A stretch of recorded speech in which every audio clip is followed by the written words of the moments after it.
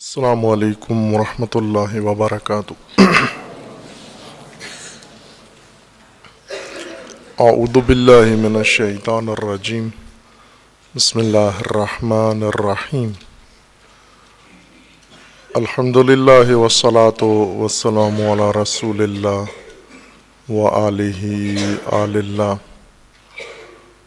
واللعنۃ الدائمۃ علی اعدائہم اعداء اللہ، من یوم عداوتہم الی یوم لقاء اللہ۔ عباد اللہ اوصیکم ونفسی بتقوی اللہ، اتقوا اللہ فإن خیر الزاد التقوی۔ بندگان خدا، آپ سب کو اور اپنے نفس کو تقوی الہی کی وصیت کرتا ہوں، تقوی الہی کی دعوت دیتا ہوں، و تقوی الہی کی تاکید کرتا ہوں تقوی اختیار کریں۔ خداوند تبارک و تعالیٰ نے انسان کی ہدایت کے لیے دین مقرر کیا ہے، نظام بنایا ہے، اور ہدایت انسان و زندگی انسان کے لیے تقوی کو بنیادی رکن قرار دیا ہے۔ نظام ہدایت کی اساس و بنیاد تقوی کے اوپر ہے۔ تقوی الہی طرز زندگی ہے انسان کے لیے، کہ انسان خدائی طرز پر، الہی طرز پر زندگی بسر کرے۔ معمولاً جو زندگیاں گزر رہی ہیں وہ آبائی طرز پر ہیں، اور معمول کی زندگیوں میں، رسوماتی زندگیوں میں، رواج کے زندگیوں میں، تہذیب کے تحت وہ اصول ہیں جو آبا نے بنائے ہیں یا رائج ہو گئے ہیں، اور آنے والی نسلوں نے انہیں محفوظ رکھا ہے۔ اور جتنی الجھنیں ہیں اس وقت انسان کی زندگی میں، پریشانیاں، یہ سب اس طرز زندگی کے بنا پر ہیں۔ اگر طرز زندگی انسان اصلاح کر لے، اپنی طرز بدل لے، اپنی مشکلات زندگی انسان کی برطرف ہو جاتی ہیں۔ اصرار کرتے ہیں کہ طرز زندگی آبائی رہے لیکن آثار الہی ہوں۔ توقع یہ ہے کہ نتیجے ہماری زندگیوں کے الہی ہوں، جبکہ زندگی کی طرز و انداز آبائی ہو۔ یہ بے وقوفی ہے، حماقت ہے۔ حماقت کی تفسیر و تعریف میں امام صادق علیہ السلام سے مروی روایت ہے، وہ یہی ہے کہ احمق انسان اس کو کہتے ہیں جو فصل کاشت نہ کرے لیکن فصل کاٹنے کی امید رکھتا ہو، کاشت کیے بغیر۔ یہ بے وقوف انسان ہے، احمق انسان ہے۔ اس تعریف کے مطابق وہ تمام لوگ حماقت و بے وقوفی کے زمرے میں آتے ہیں جو آبائی طرز پر زندگی بسر کرتے ہیں اور الہی نتائج حاصل کرنے کی توقع رکھتے ہیں۔ الہی نتائج میں سے ایک نتیجہ زندگی کا جنت ہے، بہشت ہے، ثواب اخروی ہے، نجات اخروی ہے، اخروی نعمتیں ہیں۔ یہ آبائی زندگی کا نتیجہ نہیں ہے، الہی زندگی کا نتیجہ ہے۔ اور پہلے انسان موت سے پہلے زندگی الہی طرز پر بسر کرے تاکہ آخرت میں نتیجہ اس کا الہی برآمد ہو۔ زندگی کو الہی بنانے کے لیے تقوی کی بنا پر زندگی بسر کرے۔ تقوی اللہ کا حفاظتی نظام ہے انسان کی زندگی کے لیے۔ کوئی چیز انسان کو محفوظ نہیں رکھ سکتی سوائے تقوی کے۔ تقوی اندرونی انسان کے نفس کے اندر سے نکلا ہوا حفاظتی نظام ہے۔ ہم ملک بچانے کے لیے باہر کی طرف ہاتھ بڑھاتے ہیں، قوم بچانے کے لیے دوسروں سے مدد لیتے ہیں، اپنے اموال بچانے کے لیے دوسروں سے مدد لیتے ہیں، اپنی جان بچانے کے لیے دوسروں سے مدد لیتے ہیں، اور جتنا سہارا لیتے ہیں دوسروں کا محفوظ ہونے کے لیے، اتنے غیر محفوظ ہو رہے ہیں ہم. جبکہ قرآن کریم نے حفاظتی نظام انسان کی زندگی کا لازمہ قرار دیا ہے، جز قرار دیا ہے، اور وہ تقویٰ ہے. اگر شروع ہی زندگی تقویٰ کی بنیاد پر ہو، نظام زندگی تقویٰ کی بنیاد پر ہو، گھریلو ماحول تقویٰ کی بنیاد پر ہو، تعلیم و تربیت تقویٰ کی بنیاد پر ہو، رہن سہن تقویٰ کی بنیاد پر ہو، روابط تقویٰ کی بنیاد پر ہو، لین دین تقویٰ کی بنیاد پر ہو، سیاست و حکومت تقویٰ کی بنیاد پر ہو، حاکم اور رعیت کا رابطہ تقویٰ کی بنیاد پر ہو، یہ زندگی خود ہی محفوظ ہو جاتی ہے، دنیاوی خطرات سے بھی اور اخروی خطرات اور آفات سے بھی انسان محفوظ ہو جاتا ہے. تقویٰ کے باب میں ایک مشکل یہ کہ تقویٰ جو مفہوم قرآن کریم نے بیان کیا ہے اس سے دور ہو کر محض ایک صفت کے طور پر ذکر کیا گیا ہے. تقویٰ کی بات اجتماعی سماجی ہونے کے بجائے اخلاقی بن گئی ہے، اور اخلاقیات میں تقویٰ کا فقط ذکر ہوتا ہے، لیکن معاشرتی زندگی میں معاشرتی اصول و ضوابط کے طور پر تقویٰ کو بیان نہیں کیا گیا. اس وجہ سے مفہوم تقویٰ بھی زیادہ روشن نہیں، چونکہ قرآن بانی ہے تقویٰ کا. اس سے ہٹ کر قرآن کریم سے باہر تقویٰ کا تصور نہیں ہے. بعض چیزیں ایسی ہیں جو قرآن کریم میں بھی ان کا ذکر ہے، اور قرآن سے ہٹ کر بھی تہذیبوں کے اندر بھی جانی پہچانی چیزیں ہیں، اور لوگوں کے اندر رائج ہیں یہ امور. لیکن کچھ امور ایسے ہیں جو فقط قرآن نے پیش کیے ہیں، اور قرآن سے باہر، قرآن سے ہٹ کر بشر ان چیزوں سے آشنا نہیں تھا اور نہ ہو سکتا ہے اگر قرآن نہ ہو، اگر انبیاء کی تعلیمات نہ ہو، اگر وحی نہ ہو اللہ کی. ان معارف میں سے جو فقط وحی کے ذریعے انسانوں کو دریافت ہوئے ہیں ان میں ایک تقویٰ ہے، وہ بلکہ سر فہرست ہے. تقویٰ کہتے کسے ہیں؟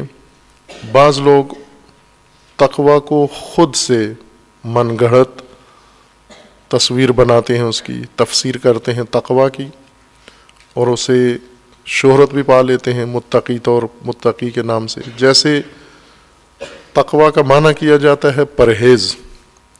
خوب یہ من گھڑت معنی ہے، خود ساختہ معنی ہے تقویٰ کا. تقویٰ کا مطلب ہوتا ہے حفاظت. اتقو یعنی اپنے آپ کو محفوظ بناؤ، تقویٰ اختیار کرو یعنی تحفظ والی زندگی، محفوظ زندگی، آفات سے محفوظ، گناہوں سے محفوظ، خطرات سے محفوظ، شیاطین سے محفوظ، وسوسوں سے محفوظ، ہر قسم کی انحراف و گمراہی سے محفوظ زندگی گزارو. تقویٰ کا مطلب پرہیز جس طرح ہوتا ہے بعض کاموں کے اندر پرہیز کا مطلب ہے بچنا، دور رہنا، اجتناب کرنا. جیسے مریضوں کو بعض چیزوں سے اجتناب کروایا جاتا ہے کہ دور رہیں، ٹھیک ہو جائیں گے. جبکہ تقویٰ فقط دوری کا نام نہیں ہے، بلکہ تقویٰ شہید مطہری کے بقول کہ ایک حرکت کا نام ہے، ستیز کا نام ہے، ایک پیکار کا نام ہے، تحفظ کے لیے کوشش کا نام ہے. پرہیز میں فقط ایک سلبی و منفی معنی پایا جاتا ہے کہ آپ کچھ چیزوں سے دوری اختیار کر لیں تو متقی ہو جائیں گے. اس پرہیزی تقویٰ کی بنا پر کچھ لوگوں نے خود سے ہی اپنے لیے ضابطے و اصول بنا لیے ہیں اور انہیں متقی کہا جاتا ہے. کچھ لوگوں نے عہد کر لیا کہ ہم فلاں چیز نہیں کھائیں گے. کرتے ہیں اس طرح کے متقین جو تہذیب کے متقی ہیں یا عرفی طور پر متقی ہیں، ریاکارانہ تقویٰ اختیار کرتے ہیں. کسی چیز سے پرہیز کر لیں گے کہ ہم مثلا پاؤں میں جوتے نہیں پہننے، بڑا ان کا شہرت ہو جاتی ہے، جی فلاں آدمی ساری زندگی اس نے پاؤں میں جوتا نہیں پہنا، پرہیز کی جوتا پہننے سے. تو جوتا نہ پہننے سے انسان متقی ہو جاتا ہے.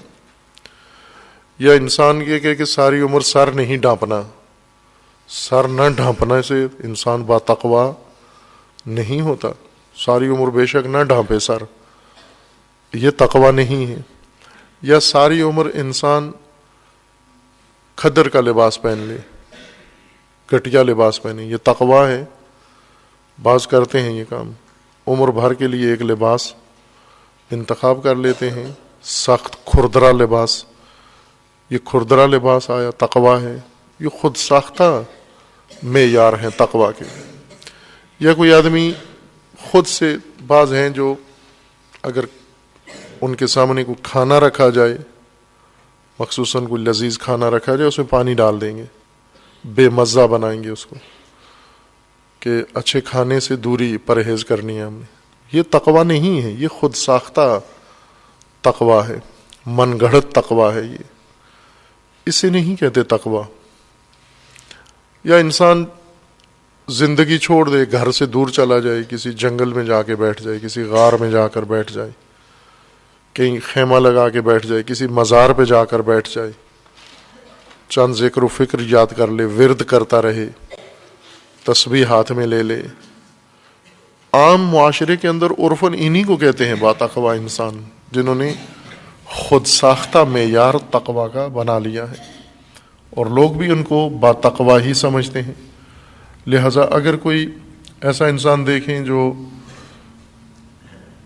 روزانہ کام کاج کرتا ہے، محنت مزدوری کرتا ہے، کسب حلال کرتا ہے، گھر بناتا ہے، اپنے خاندان کی ضروریات پوری کرتا ہے، اسے نہیں با تقوی سمجھتے. اسے کہتے ہیں یہ تو عام آدمی ہے، یہ تو کماتا ہے، کھاتا ہے، بازار جاتا ہے.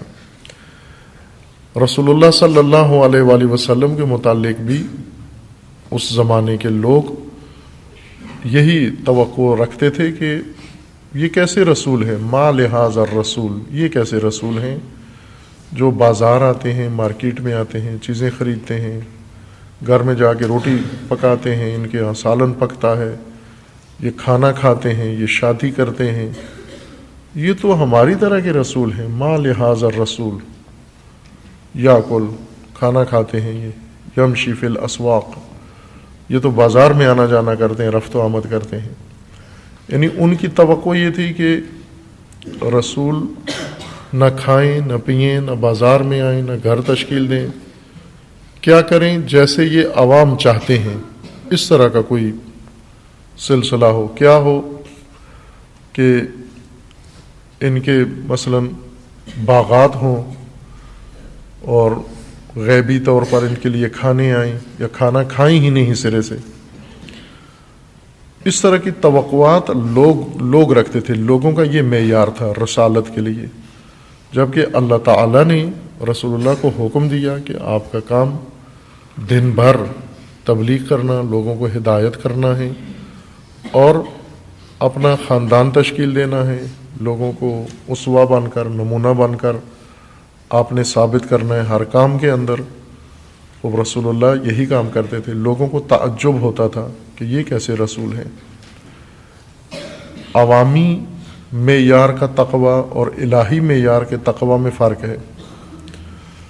بہت سارے لوگ ہیں جو لباس ایسا پہنیں گے جو عوام کے نزدیک تقوی جس سے نظر آتا ہو، یا گھر ایسا بنائیں گے جسے تقوی نظر آتا ہو. گھر کے اندر چارپائی الٹی کر لیں گے، یا چارپائی نہیں ڈالیں گے، نیچے بیٹھ جائیں گے، اسے تقوی کی علامت سمجھتے ہیں. یہ عوام فریبی ہے، تقوی نہیں ہے، دھوکہ دینا ہے. اور جو عوام فریبی کرتا ہے، دوسروں کو دھوکہ دیتا ہے، آہستہ آہستہ خود بھی اس دھوکے کے اندر آ جاتا ہے، اور اس اپنے اوپر گمان گزرنے لگتا ہے اس کو کہ میں واقعاً با تقوی ہوں، چونکہ لوگ مجھے با تقوی سمجھتے ہیں. اسی لیے قرآن کریم نے جہاں تقوی کا حکم دیا ہے، اور حکم دیا گیا ہے کہ معاشرہ تقوی کی بنیاد پر قائم ہو، عبادت گاہیں تقوی کی بنیاد پر قائم ہو، امت تقوی کی بنا پر ہو، ہر کام انسان کا تقوی کی بنیاد پر ہو۔ تقوی کہتے کس کو ہیں یہ بھی قرآن نے بتایا ہے، غلط فہمیاں دور کی ہیں۔ ایسا نہ ہو کہ تم اپنا من گھڑت تقوی بنا لو اور اس سے لوگوں کو بھی گمراہ کرو اور خود بھی منحرف ہو جاؤ۔ سورہ بقرہ میں آیا 177 میں تقوی کے متعلق اسی غلط فہمی کا ازالہ کیا گیا ہے۔ لیس البر ان تولوا وجوہکم قبل المشرق والمغرب، بر نیکی، اچھائی، خوبی یا تقوی یہ نہیں ہے کہ تم مشرق کو منہ کر کے بیٹھو یا مغرب کو منہ کر کے بیٹھو۔ بعض مشرق کو منہ کر کے بیٹھ جائیں، کہتے ہیں بات تقوی یہ ہے کہ انسان کا منہ مشرق کی طرف ہونا چاہیے یا مغرب کی طرف ہونا، یا یہ کام کرتے ہوئے منہ کدھر ہونا چاہیے۔ اب یہ بعض کا رجحان ہے کہ ہم اگر مشرق کی طرف رخ کر لیں تو با تقوی کہلائیں گے، دوسرے کہتے تھے نہیں مغرب کی طرف رخ کریں تو با تقوی کہلائیں گے۔ نمونے کے طور پر اب آپ شمال و جنوب لے سکتے ہیں، شمال کی طرف رخ کریں، جنوب کی طرف رخ کریں۔ نمونے کے طور پر قرآن نے ذکر کیا ہے من گھڑت خوبی یا من گھڑت اچھائی کا معیار جو لوگ خود سے بنا لیا ہے انہوں نے کہ یہ کام کرو تو تقوی ہے۔ قرآن نے فرمایا کہ لیس البر، یہ سرے سے تقوی نہیں ہے، یہ بر نہیں ہے، یہ اچھائی نہیں ہے، یہ خوبی نہیں ہے، اس کے اندر کوئی الہی جہت نہیں ہے۔ بس فرق نہیں پڑتا آپ مشرق کو منہ کرو یا مغرب کو منہ کرو، یہ بر نہیں سمجھا جائے گا، یہ نیکی نہیں سمجھی جائے گی۔ اس کو آپ وسعت دے سکتے ہیں، چونکہ جس حکم کی علت و دلیل معلوم ہو اسے آپ پھیلا سکتے ہیں دوسری چیزوں کے اوپر۔ مثلا اگر شریعت مقدسہ میں یہ فرمان آ جائے کہ اگر مرغ ذبح نہ کیا جائے اور شرعی طور پر ذبح کیے بغیر کوئی کھانے کی کوشش کرے یہ حرام ہے، یہ مرغ نہیں کھا سکتے، تو ہم یہ نہیں کہیں گے یہ مرغ کے بارے میں کہا گیا مرغی، اس کو مرغی مستثنا ہے یا دیگر پرندے مستثنا ہیں یا بھیڑ بکری اس سے مستثنا ہے، چونکہ کہا گیا ہے کہ مرغ ذبح ہونا چاہیے شرعی طریقے سے۔ چونکہ یہاں علت معلوم ہے، حکم کی وجہ معلوم ہے، اور وہ یہ کہ آپ نے شرعی طور پر حلال جانور کو ذبح کر کے کھانا ہے، لہذا آپ ہر حلال جانور کے بارے میں یہ قاعدہ قانون بنا لیں گے کہ اسے ہم نے ذبح شرعی کے ساتھ کھانا ہے۔ یہ نہ کہیں کہ چونکہ مرغ کے بارے میں کہا گیا چوزے کو شامل نہیں ہے، مرغ کے بارے میں کہا گیا مرغی کو شامل نہیں ہے، اس طرح سے نہ ہو۔ جب حکم معلوم ہے کہ قرآن مجید نے یہ ہدایت ہمیں کی ہے، بس ہمیں حکم ساری چیزوں کا معلوم ہو جاتا ہے۔ اسی طرح قرآن کریم نے نمونے کے طور پر فرمایا ہے کہ تقوی یہ نہیں ہے کہ آپ مشرق کو منہ کر لو یا مغرب کو منہ کر لو۔ وہ بھی اسی سے انسان سمجھ جاتا ہے کہ بہت ساری چیزیں جو تقوی کے لیے خود سے ہم نے بنا لی ہیں یہ تقوی نہیں ہے۔ تقوی یہ نہیں ہے کہ جوتے ہاتھ میں پکڑ کے چلو یا پاؤں سے جوتے اتار لو۔ تقوی یہ نہیں ہے کہ آپ مثلا چارپائی الٹی کر لو، نیچے بیٹھو، اوپر بیٹھو، کرسی پہ بیٹھو، چارپائی پہ بیٹھو، صوفے پہ بیٹھو، یہ نہیں ہے تقوی اچھائی کے معیارات۔ تقوی کے معیارات اصول ہیں، قدریں ہیں، قدریں تقوی کی معیار ہیں، نہ رسومات۔ رسمیں آپ جیسی بھی بجا لاؤ تقوی حاصل نہیں ہوگا، با تقوی نہیں کہلاؤ گے رسومات کے ذریعے، بلکہ با تقوی بنو گے اصولوں کے ذریعے، ضوابط کے ذریعے، قدروں کے ذریعے، معیارات کے ذریعے با تقوی بنو گے۔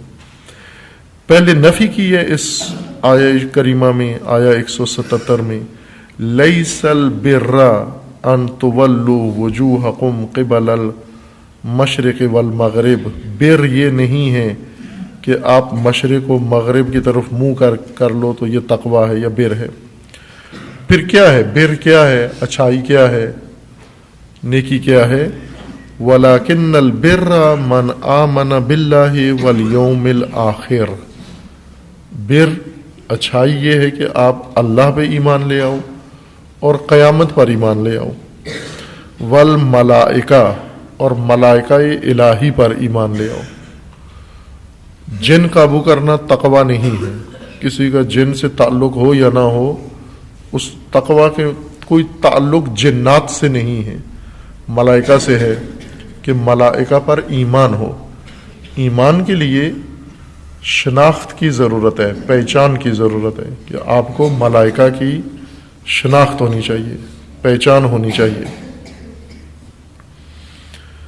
والکتاب، اور آسمانی کتاب پر، قرآن پر آپ کا ایمان ہونا چاہیے. یہ اچھائی کا معیار ہے. کتاب الہی کو مانو، تسلیم کرو، ایمان لاؤ، اور ایمان کے لیے اس کی معرفت کی ضرورت ہے. والنبیین، اور انبیاء پر ایمان ضروری ہے.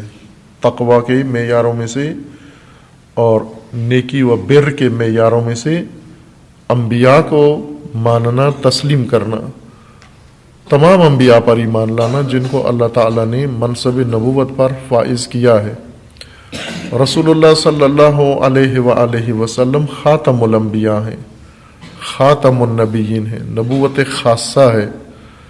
یعنی انہیں حجت خدا ماننا اور ان کی پیروی و اطاعت کرنا، یہ ایمان ہے نبی اکرم پر. باقی انبیاء کو بحیثیت نبی ماننا لازم ہے. اگر انسان رسول اللہ کو نبی مانتا ہو لیکن دیگر انبیاء میں سے کسی کو اگر نبوت کا نعوذ باللہ قائل نہ ہو، یہ مومن نہیں ہے، بر نہیں ہے، راہ بر پر نہیں ہے. اس کے لیے لازم ہے کہ تمام انبیاء کی نبوت کو تسلیم کرتا ہو. والنبیین، یہ ایمان ہے. وآت المال علی حبہ، اور بر کا و تقوی کا ایک معیار یہ ہے کہ باوجود اپنی ضرورت کے پھر بھی مال خرچ کرے، مال راہ خدا میں دے. خود ضرورت مند ہے، باوجود اس کے کہ اس کو مال اچھا لگتا ہے، حب مال ہے اس کے اندر یا ضرورت ہے اس کو، پھر بھی اللہ کی راہ میں یہ مال عطا کرے. ذوی القربا، ذوی القربا کو، اقربا کو یہ مال دے. والیتاما، یتیموں کو مال دے جو خدا نے اس کو دیا ہے. والمساکین، اور مساکین کو، مسکین کو دے. ذوی القربا، یتاما و مساکین کو یہ مال دے. وابن السبیل، ابن سبیل کو بھی مال دے، خرچ کرے، اس کو بھی ضرورت کی حد تک اس کو بھی دے. ابن سبیل اس شخص کو کہتے ہیں جو گھر سے باہر مسافر ہے اور سفر جائز کے لیے گھر سے نکلا ہے، نہ سفر حرام کے لیے. بعض سفر حرام ہے، جائز نہیں ہے. وہ سفر جو کسی جرم کے لیے ہیں، جو کسی گناہ کے لیے ہیں، کسی کی حق تلفی کے لیے ہیں، یہ سفر ناجائز ہیں. وہ سفر جو انسان لہو کے لیے ہیں، لعب کے لیے ہیں، یہ سفر ناجائز ہیں. و بعض سفر جو حدود شرعیہ جن کے اندر مراعات نہیں ہوتی، یہ سفر ناجائز ہیں، حرام سفر ہیں.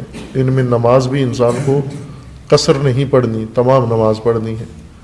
اگر سفر انسان کا جائز نہ ہو شرعاً اور سفر کرے، اس سفر میں نماز قصر نہیں ہوتی، وہ مسافر نہیں سمجھا جاتا، پوری نماز پڑھے گا اگر ناجائز سفر کر رہا ہے. ابن سبیل اس کو کہتے ہیں جو جائز سفر کرے، مشروع سفر ہو اس کا، شرعاً گھر سے باہر چلا جائے اور راستے میں اس سے پیسے ختم ہو جائیں.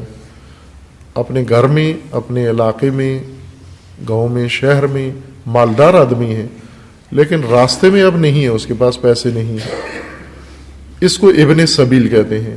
اگر یہ ضرورت مند کسی کو پتہ چل جائے مومن ہے اور حالت سفر میں اس کو مالی ضرورت ہے، اس کے اوپر بھی مال خرچ کریں، ابن سبیل کو دیں. والسائلین، اور جو ضرورت مند ہیں، سوال کرتے ہیں، مانگتے ہیں. وفی الرقاب، اور غلام، قیدی، اسیر، پابند، جنہیں لوگوں نے خرید لیا ہے اور ان کی گردنیں اسیر ہیں کسی کے پاس، ان کی آزادی کے لیے بھی مال خرچ کریں۔ بس پہلا رکن بر کے لیے ایمان ہے اللہ پر، قیامت پر، ملائکہ پر، کتب آسمانی پر، نبیوں پر، انبیاء پر ایمان لانا بر ہے۔ ایمان کے بعد عمل میں پہلا عمل آت المال علی حبہ، اپنی محبت حب مال کے باوجود یا ضرورت کے باوجود مال بھی راہ خدا میں دے۔ مال کن کو دے؟ یہ 4-5 موارد ذکر کیے گئے ہیں۔ وَأَقَامَ الصَّلَاةَ، اور نماز قائم کرے، وَآتَ الزَّکَاةَ، اور زکوٰۃ بھی ادا کرے، وَالْمُوفُونَ بِعَہْدِہِمْ، اور وفا بھی کرے۔ بر یہ ہے کہ انسان باوفا انسان ہو، عہد وفا کرے، وعدہ وفا کرے، جو عہد خداوند تبارک و تعالیٰ کے ساتھ اس نے باندھا ہے وہ عہد اپنا پورا کرے، وعدہ اپنا وفا کرے۔ اذا عہدوا، اگر عہد کیا ہے تو وفا بھی کرے۔ جو وفا نہیں کرتا اپنا عہد، یہ باتقوی نہیں ہے، یہ اہل بر نہیں ہے، بے شک جتنی بھی رسمیں انجام دیتا ہو۔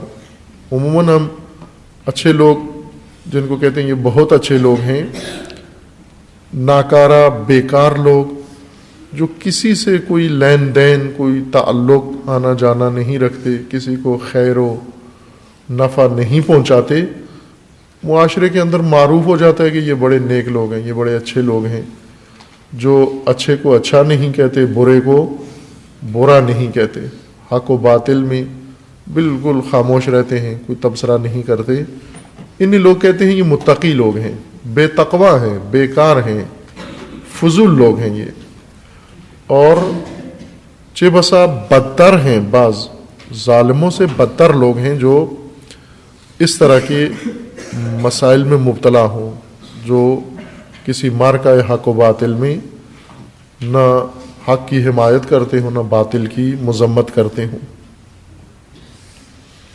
والموفون بعہدہم اذا عہدوا والصابرین فی البأساء والضراء وحین البأس، اور صابرین باتقوی ہیں، بر کے لیے، اچھائی کے لیے صبر ہے، صابرین اچھے لوگ ہیں، ابرار ہیں۔ صابرین صبر، مقاومت کرنے والے، استقامت دکھانے والے۔ صبر کے مقابلے میں قرآن کریم نے لفظ استعمال کیا ہے جزا۔ بعض لوگ ہیں صابر، بعض ہیں جزو۔ جزو جلدی حوصلہ چھوڑ دینے والے، گھبرا جانے والے، پریشان ہو جانے والے، بے تاب ہو جانے والے، تحمل ختم جن کا ہو جاتا ہے، اور راہیں بدل دیتے ہیں، نیتیں بدل دیتے ہیں، ارادے بدل دیتے ہیں، سختیاں دیکھ کر، محرومیاں دیکھ کر، مصائب دیکھ کر، راستے کی مشکلات دیکھ کر، دباؤ دیکھ کر جو اپنے ارادے بدل دیتے ہیں، یہ جزو ہیں، صابر نہیں ہیں۔ اور بر ہونے کے لیے، بر کے لیے یا تقوی کے لیے صبور ضروری ہے، صابر ہونا ضروری ہے انسان کا۔ صبر عربی زبان میں اس استقامت کو کہتے ہیں کہ جہاں مثلا عرب لوگ بھیڑ بکریاں پالتے تھے، ریوڑ پالتے تھے، اور بھیڑ بکریاں عموماً چراگاہوں کی خاطر یا سبزے کی خاطر منتشر ہو جاتے ہیں۔ بھیڑ بکریاں مثال ہیں، بھیڑوں کی طرح انسانوں کو بھی مثال دی جاتی ہے کہ یہ ریوڑ ہیں، بھیڑ بکریوں کا ریوڑ ہے یہ، یعنی جن میں ڈسپلن نہ ہو، نظم نہ ہو، انضباط نہ ہو، اطاعت نہ ہو، جدھر منہ آئے اٹھ کے چل پڑیں، ان کو تشبیہ دی جاتی ہے یہ بھیڑ بکریوں کی طرح ہے۔ بھیڑ بکریوں کی خصوصیت یہ ہے کہ چراگاہ دیکھ کر دوڑ پڑتے ہیں، قابو سے باہر ہو جاتے ہیں۔ ان بھیڑ بکریوں میں کچھ بھیڑ بکریاں ایسی ہوتی ہیں جو کنٹرول میں ہوتی ہیں، اگر کسی جگہ چرواہے نے یا قبیلے نے خیمہ لگایا ہوا ہے تو وہ بھیڑ بکریوں کا ریوڑ وہیں اس خیمے کے ارد گرد رہتا ہے، یا جہاں پر ان کو بٹھا دیا جائے تو بیٹھی رہتی ہیں وہاں پر۔ اس ریوڑ کو عرب کہتے تھے سبورا۔ یہ وہ ریوڑ ہے جو منتشر نہیں ہوتا، قائم رہتا ہے، ایک جگہ بیٹھا رہتا ہے، منتشر نہیں ہوتا۔ یا بادل، جیسے آج کل موسم ہے سردی کا، اور بادل یا دھند دائماً چھائی رہتی ہے، چھٹتی نہیں ہے، دھوپ نہیں نکل رہی آج کل۔ اس قسم کے موسم میں جو بادل یا دھند بنتی ہے، اس کو بھی عرب کہتے ہیں یہ صابرہ ہے یا سبارہ ہے۔ یہ سبارہ یعنی وہ بادل یا گھٹا جو چھا جائے اور جم جائے، ہٹے نہیں۔ گزرنے والے ممارہ یا مارہ بادل نہیں ہیں جو آتے ہیں اور جلدی سے گزر کے کسی دوسرے علاقے میں پہنچ جاتے ہیں، بلکہ یہ وہ بادل ہیں جو آ کے ایک جگہ رک جاتے ہیں، ٹھہر جاتے ہیں، ہلتے نہیں ہیں۔ ان کو سبارہ کہتے ہیں۔ اسی سے صبر کا مفہوم یا صبر کی اصطلاح قرآن نے استعمال کی ہے کہ صبر انسان کی اس حالت کا نام ہے جس میں انسان ایک ارادہ کرتا ہے، مقصد چنتا ہے، اس مقصد کے لیے سفر شروع کرتا ہے، راستے میں مسائل آتے ہیں، مشکلات آتی ہیں، پریشانیاں آتی ہیں، لیکن یہ اپنا سفر بدلتا نہیں ہے، اپنا ارادہ توڑتا نہیں ہے، اپنا راستہ تبدیل نہیں کرتا، مقصد کو ترک نہیں کرتا، واپس نہیں آتا، بلکہ قائم رہتا ہے اس راہ کے اوپر۔ اس کو صبر کہتے ہیں۔ تہذیب ہمیں سکھاتی ہے صبر سے مراد یہ ہے کہ آپ چھوڑ دو، صبر کرو، چھوڑ دو۔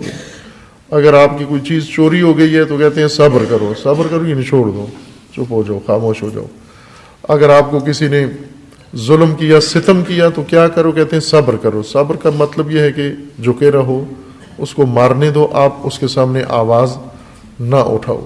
یہ ہندی صبر ہے، پاکستانی صبر ہے، اردو کا صبر ہے، یہ ذلت کا صبر ہے، یہ رسوائی کا صبر ہے۔ قرآنی صبر یہ ہے کہ آپ قائم رہو، ظلم ہو رہا ہے راہ مت چھوڑو، ستم ہو رہا ہے مقاصد تبدیل نہ کرو، مصائب ہیں، مشکلات ہیں، سختیاں ہیں، گرمی ہے، سردی ہے، دشواری ہے، دشمن ہیں، عداوتیں ہیں، جنگیں ہیں، صلح ہے، محرومیت ہے، فقر ہے، فاقہ ہے، جو کچھ بھی ہے اپنا راستہ جاری رکھو، اسے تبدیل مت کرو۔ اس کو صبر کہتے ہیں۔ خب نیکی کیا ہے؟ نیکی بر صبر کرنا، والصابرین، نیک لوگ وہ لوگ ہیں جو صبور ہیں۔ کہاں صبر کرتے ہیں؟ فی البأساء، باس سختیوں میں، والضراء، جب ان کو نقصان ہوتا ہے، کوئی کام کرتے ہیں اور اس میں انہیں کوئی تکلیف پہنچتی ہے، سختیوں میں اور تکالیف میں جو قائم رہتے ہیں، صبور ہیں، یہ در حقیقت بر و نیکی کی راہ پر ہیں، متقی یہ لوگ ہیں۔ وحین الباس، اور اس زمانے میں جب سارا زمانہ ہی سختی کا آ جاتا ہے، اولئک الذین صدقوا، یہ سچے لوگ ہیں جن کے اندر یہ خصوصیات ہیں۔ مشرق کو منہ کر لینا، مغرب کو منہ کر لینا، یہ حالت بنا لینا، وہ حلیہ بنا لینا، یہ رسم بجا لانا، وہ رسم بجا لانا، یہ بر نہیں ہے۔ لیس البر، یہ نہیں ہے بر۔ ان تولوا وجوہکم قبل المشرق والمغرب، مشرق و مغرب رخ کر کے بیٹھنا بر نہیں ہے، بلکہ بر ایمان ہے اللہ پر، قیامت پر اور یوم آخرت پر، ملائکہ پر، کتب پر، انبیاء پر، مال خرچ کرنا ہے اور نماز قائم کرنا، زکوٰۃ ادا کرنا، عہد کی وفا کرنا اور سختیوں اور مشکلات میں صبر کرنا، یہ بر ہے، یہ تقویٰ ہے، یہ نیکی ہے۔ اگر کوئی انسان یہ کام کرتا ہے، اولئک الذین صدقوا، یہ صادق ہیں، یہ سچے لوگ ہیں، ان کے عمل میں، ان کی شخصیت میں، ان کی زندگی میں جھوٹ نہیں ہے، یہ درست لوگ ہیں، ایمان لائے ہیں، سچ کر کے دکھا رہے ہیں، وعدہ کیا ہے، سچ کر کے دکھا رہے ہیں، عہد باندھا ہے خدا سے، سچ کر کے دکھا رہے ہیں۔ وَأُولَئِكَ هُمُ الْمُتَّقُونَ، یہ باتقوا لوگ ہیں، انہیں کہتے ہیں متقی۔ بس متقی اس سے نہ پہچانو کہ اس کا لباس کیسا ہے، چونکہ فریبکار لوگ عموماً لبادہ تقدس اوڑھ لیتے ہیں اور تقدس کے لباس کے جھانسے میں لوگوں کو دھوکہ دیتے ہیں، اور ان کے اندر، اس لبادے کے اندر شیطان ہوتا ہے، اس کے اندر شیطنت ہوتی ہے، اور اسی تقدس کے لبادے سے لوگ دھوکہ کھا جاتے ہیں۔ قرآن سختی سے منع کر رہا ہے کہ ایسے مقدس معاب جو آپ کو یا مشرق کو منہ کر کے بیٹھے ہوئے نظر آئیں گے یا مغرب کو منہ کر کے بیٹھے ہوئے نظر آئیں گے، ایک ٹانگ کھڑی کر کے کھڑے ہوئے ہیں، یا چہرہ ادھر کیا ہوا ہے، چہرہ ادھر کیا ہوا ہے، بال بڑھائے ہوئے ہیں، بال کٹائے ہوئے ہیں، انہوں نے پاؤں میں جوتا نہیں ڈالا ہوا ہے، لباس اس طرح کا پہنا ہوا ہے، سارا ایسا منڈوایا ہوا ہے، یہ نہیں ہے تقویٰ کی علامتیں۔ لیس البر، اسے تقویٰ نہیں کہتے۔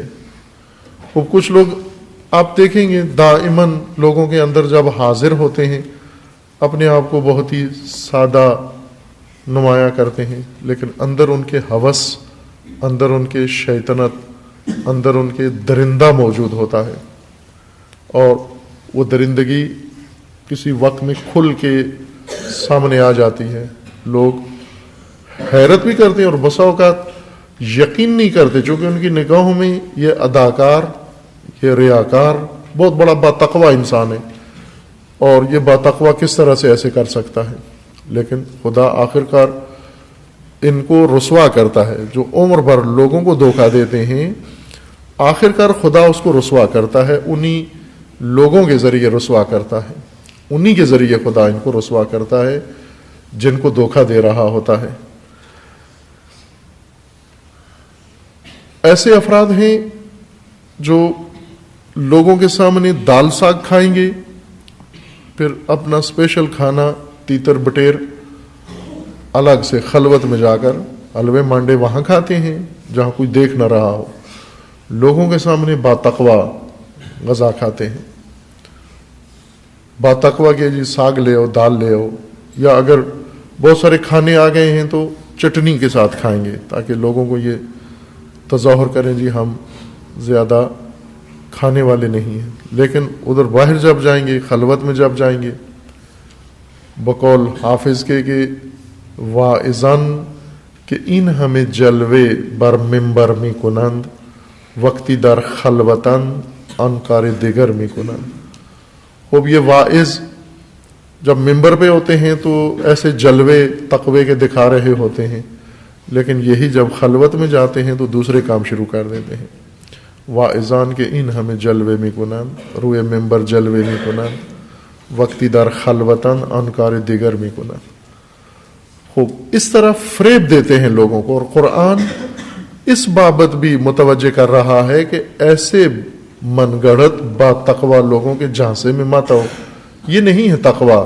تقوی ایک معیار ہے جسے قرآن نے ذکر کیا ہے، اولئک هم المتقون۔ عہد کرتے ہیں، وفا کرتے ہیں، سختیوں میں مقاوم رہتے ہیں، استقامت دکھاتے ہیں، اللہ کے فرامین کی اطاعت کرتے ہیں، خدا کے فرامین کے تابع فرمان ہے، اللہ کے معصیت نہیں کرتے، گناہ نہیں کرتے، ریاکاری نہیں کرتے۔ یا ایھا الذین آمنوا کتب علیکم القصاص فی القتل الحر بالحر، اس کے بعد آیہ دیگر شروع ہو جاتی ہے۔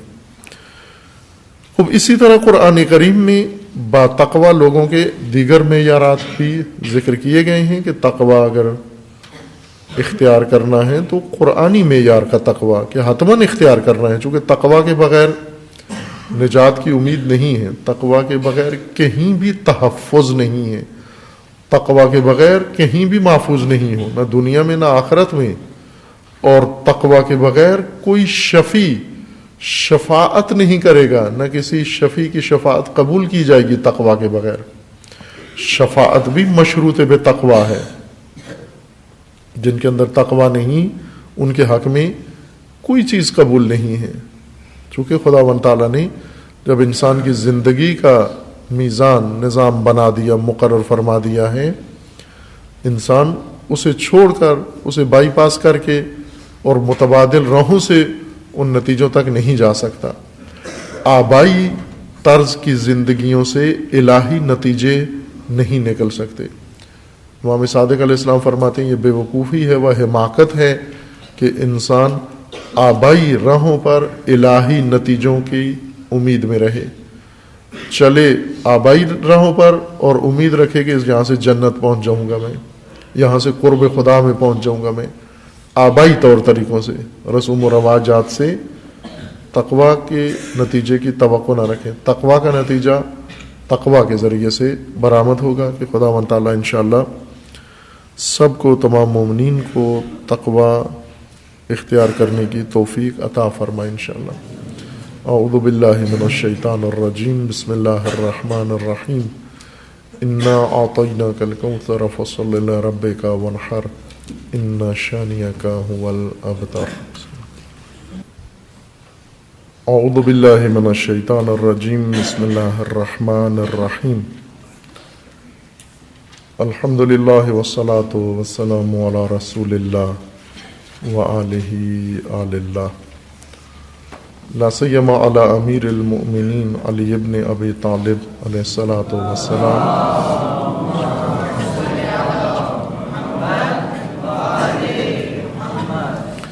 و فاطمۃ الزہرا سیدۃ نساء العالمین،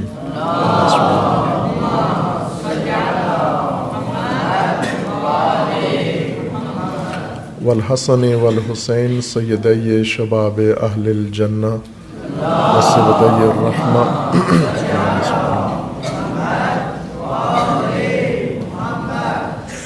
وعلی ابن الحسین علیہم الصلاۃ والسلام،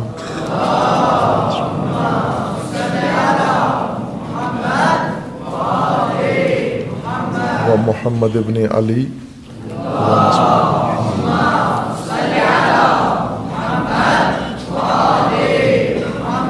وجعفر ابن محمد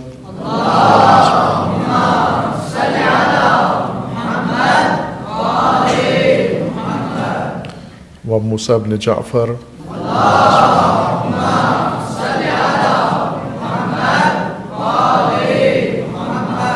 وعلی ابن موسیٰ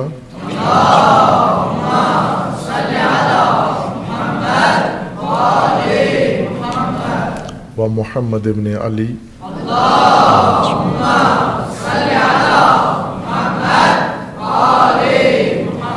وعلی ابن محمد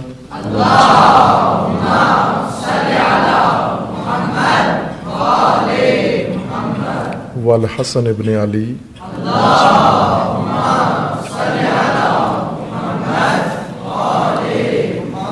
والحجۃ ابن الحسن القائم المہدی،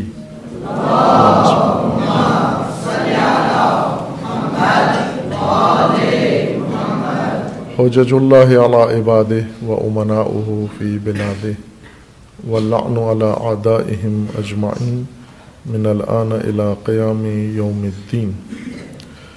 عباد اللہ اوصیکم و نفسی بتقوی اللہ، اتقوا اللہ فإن خیر الزاد التقوی۔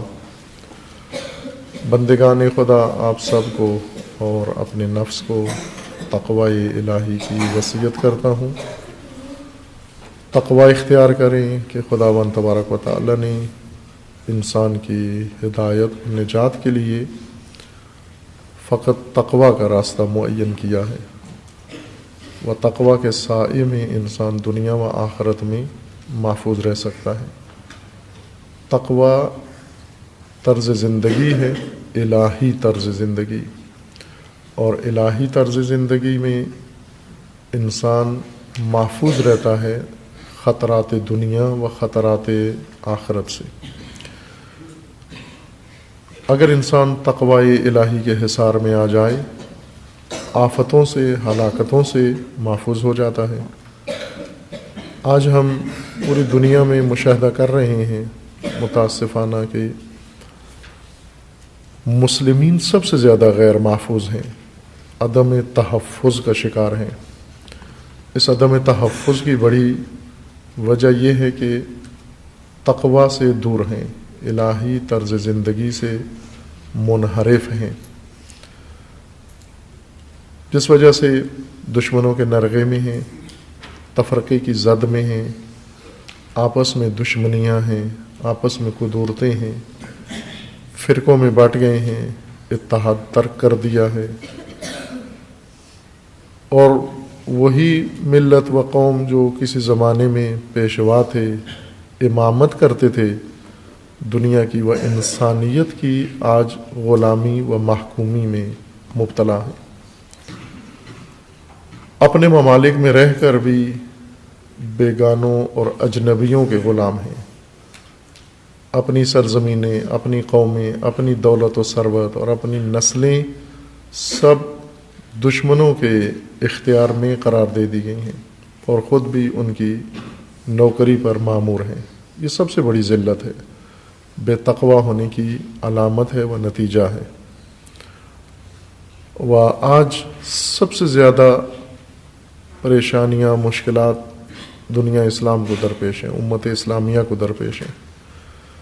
ان سے نکلنے کا راستہ تقوی ہے کہ جب یہ تقوی کی راہ اپنائیں، شیطانی راہوں کو چھوڑیں، شیطانی سیاستوں کو چھوڑیں، شیطانی حکومتوں کو چھوڑیں، شیطانی پارٹیوں کو چھوڑیں، شیطانی لیڈروں کو چھوڑیں، شیطانی راہوں کو چھوڑیں، شیطانی افکار کو چھوڑیں، شیطانی ضروریات کو ترک کریں، اور اس کی جگہ پر الہی نظام کی پناہ میں آ جائیں۔ الہی نظام ایک ہی نظام ہے جو اللہ تعالیٰ نے مقرر فرمایا ہے، اس ایک نظام کے اندر نجات ہے، اور وہ نظام امامت و نظام ولایت ہے۔ اس کا کوئی متبادل نہیں ہے۔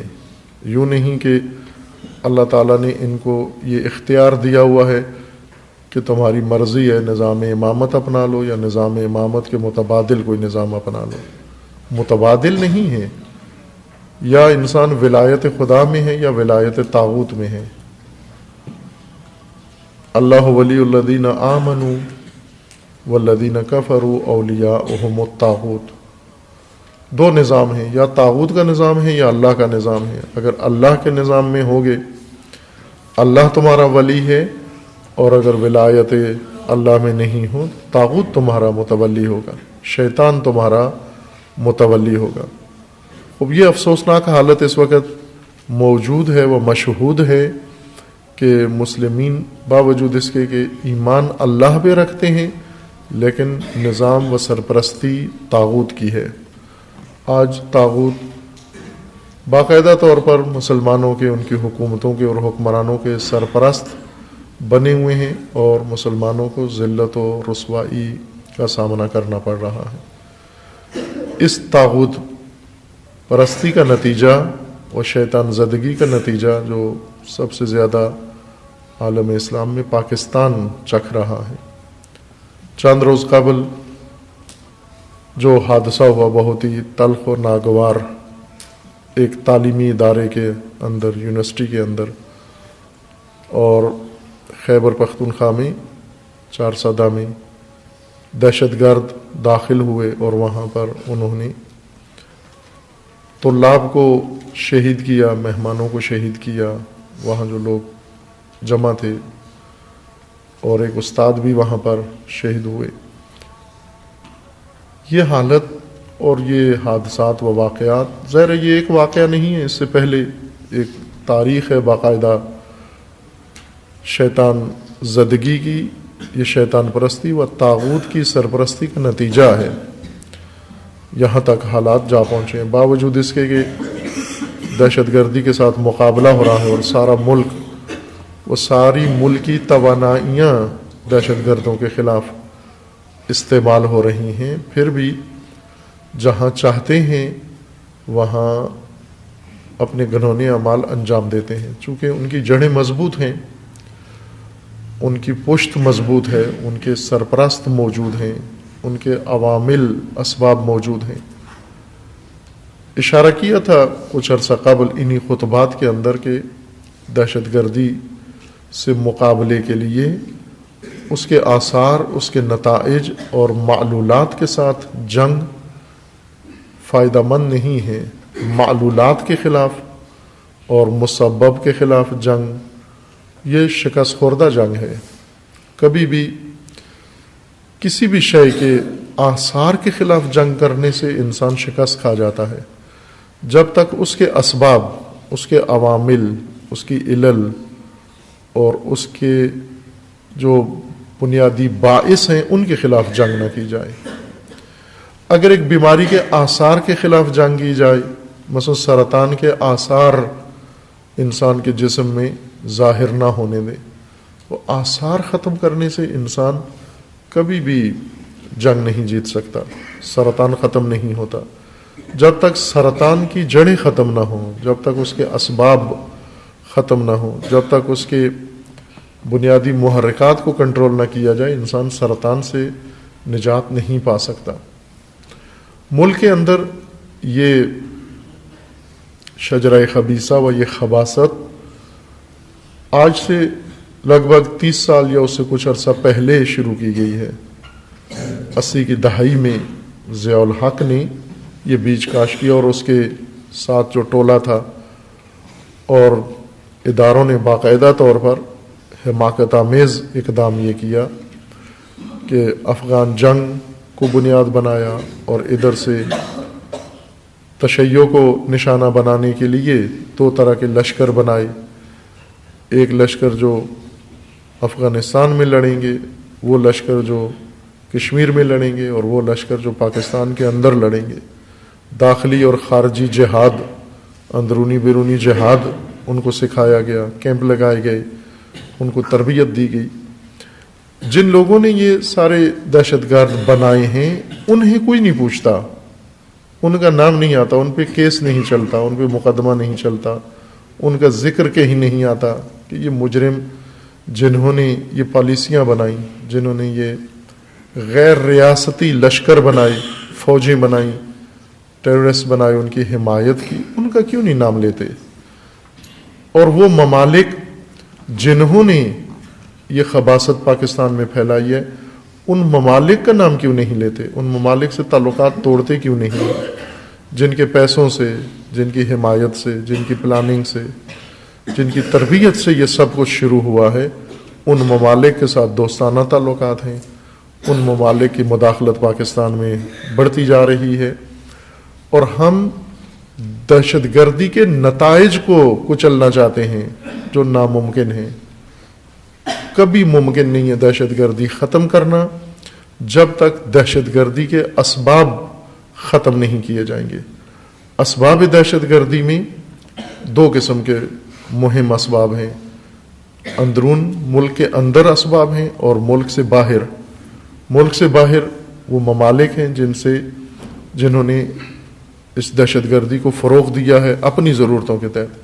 امریکہ کو افغانستان میں جنگ لڑنی تھی، پاکستان میں دہشت گردی کے کیمپ لگائے، مجاہد پالے جو آج کے دہشت گرد بن گئے. سب سے بڑا بانی دہشت گردی کا امریکہ ہے پاکستان کے اندر.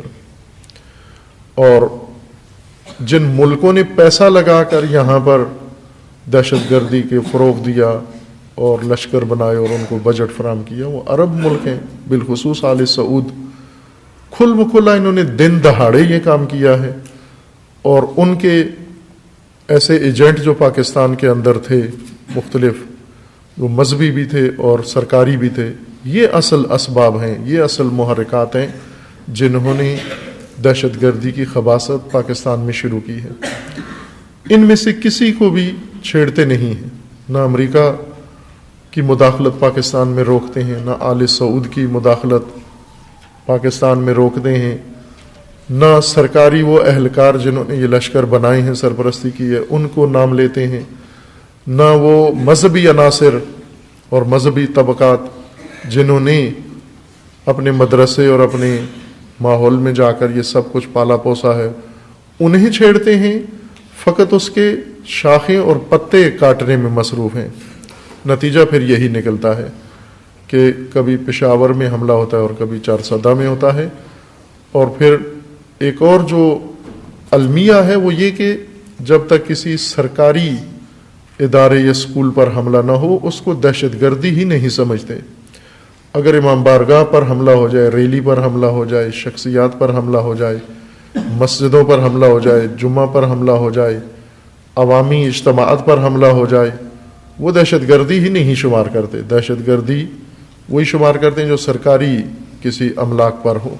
بہرکیف یہ بعض میڈیا کی یا دوسرے لوگوں کی غلط سوچ ہے. حقیقتاً یہ ہے کہ یہ سب دہشت گردی ہے. چارسدہ یونیورسٹی پر حملہ ہو تو بھی دہشت گردی ہے, پشاور اسکول پر حملہ ہو تو بھی دہشت گردی ہے, پشاور میں امامیہ مسجد پر حملہ ہو تو بھی دہشت گردی ہے, پارا چنار میں واقعہ ہو تو بھی دہشت گردی ہے, نائجیریا میں ہو تو بھی دہشت گردی ہے, کراچی و پورے پاکستان میں جہاں پر بھی یہ کارروائی ہو اسے دہشت گردی ہے, اور ایک جیسی دہشت گردی ہے, یکساں ہے. یہ شجرہ خبیثہ جو انہوں نے کاشت کیا ہے, ابھی بھی طالبان کی سرپرستی موجود ہے, بعض اور دہشت گرد گروہوں کی سرپرستی موجود ہے. جو ممالک دہشت گرد بناتے ہیں انہی کے بہانے پھر اگلی کارروائی کے لیے بھی کرتے ہیں. یاد ہوگا آپ کو پہلے اشارہ کیا تھا کہ 2 ہفتے قبل پٹھان کوٹ میں انڈیا کے اندر ان کے ایئر بیس پر حملہ ہوا, جس کا ذمہ دار پاکستانی دہشت گرد لشکروں کو قرار دیا گیا, اور یہاں کچھ کارروائی بھی ہوئی ہے. اور وہیں عرض کیا تھا کہ یہ ایک اسٹریٹجی بن چکی ہے خود زنی کی, کہ اپنے اوپر حملے کرواؤ اور ان حملوں کے انتقام میں پھر دوسرے ممالک یا دوسروں کے اوپر چڑھائی کرو. اور یہ توقع تھی کہ ایسا ہوگا. پٹھان کوٹ کا حملہ یہ علامتیں ظاہر کر رہا تھا کہ پاکستان میں بھی کوئی بڑی کارروائی ہوگی, جس کا جواب یہ ہے کہ وہاں پر ہوئی ہے تو ادھر بھی ہونی چاہیے کارروائی. خوب یہ اس وقت رکے گا یہ سلسلہ کہ جب اس کے اندرونی بیرونی تمام اسباب کو ختم کیا جائے. اور اسباب ختم کرنے کے لیے یہ ہے کہ وہ جتنے اہلکار جہاں بھی ہیں, اگر قبروں میں بھی چلے گئے ہیں تو ان پر بھی مقدمہ چلایا جائے, حمید گل جیسے افراد پر مقدمہ چلایا جائے, چونکہ ان کی وجہ سے یہ سب کچھ ہو رہا ہے. ان کے کاشت کردہ یہ پودے ہیں, جو زندہ ہیں ان پر مقدمہ چلایا جائے, انہیں متعارف کروایا جائے کہ پاکستان کو تباہ کرنے والے یہ لوگ ہیں.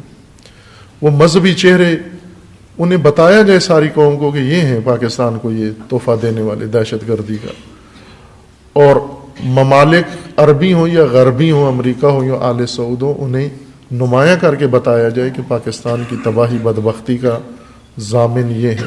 نہ کہ ان کے ساتھ دوستی لگائی جائے, انہیں دوست کہا جائے, انہیں سرپرست کا بنایا جائے, انہیں بڑا مانا جائے, ان کی چاپلوسی کی جائے, اور پاکستان میں توقع رکھی جائے دہشت گردی ختم ہو رہی ہے. یہ خام خیال ہے, نہیں ہوگی. اوباما نے بیان دیا ہے اسی ہفتے, پچھلے ہفتے 2-3 دن پہلے, جس پہ پاکستان کے بعض سیاستدانوں نے رد عمل بھی دکھایا ہے.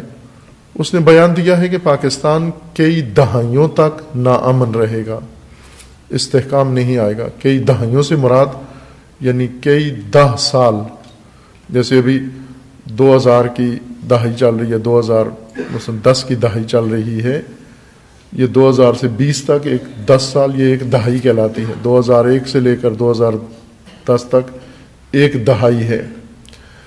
خوب یہ دہائیاں پاکستان میں اوباما نے تقریر کی اپنی, اور اس تقریر میں جو سالانہ کرتا ہے وہ, اس میں یہ کہا کہ پاکستان کئی دہائیوں تک یعنی ابھی اور 20 سال 10 سال ناامن رہے گا. کچھ ہمارے لوگوں نے ایسے رسمی طور پر جواب دیا کہ اوباما صاحب یہ آپ نے صحیح بات نہیں کی, کچھ نے اس طرح گول مول سے تبصرے کیے. یہ اوباما کی پیشن گوئی نہ سمجھیں, وہ کوئی ولی اللہ نہیں ہے کہ اس نے پیشن گوئی کی ہے, اور نہ ہی اس نے کوئی آپ کو ایسا تجزیہ تحلیل کیا, بلکہ اس نے پالیسی اپنی ظاہر کی ہے.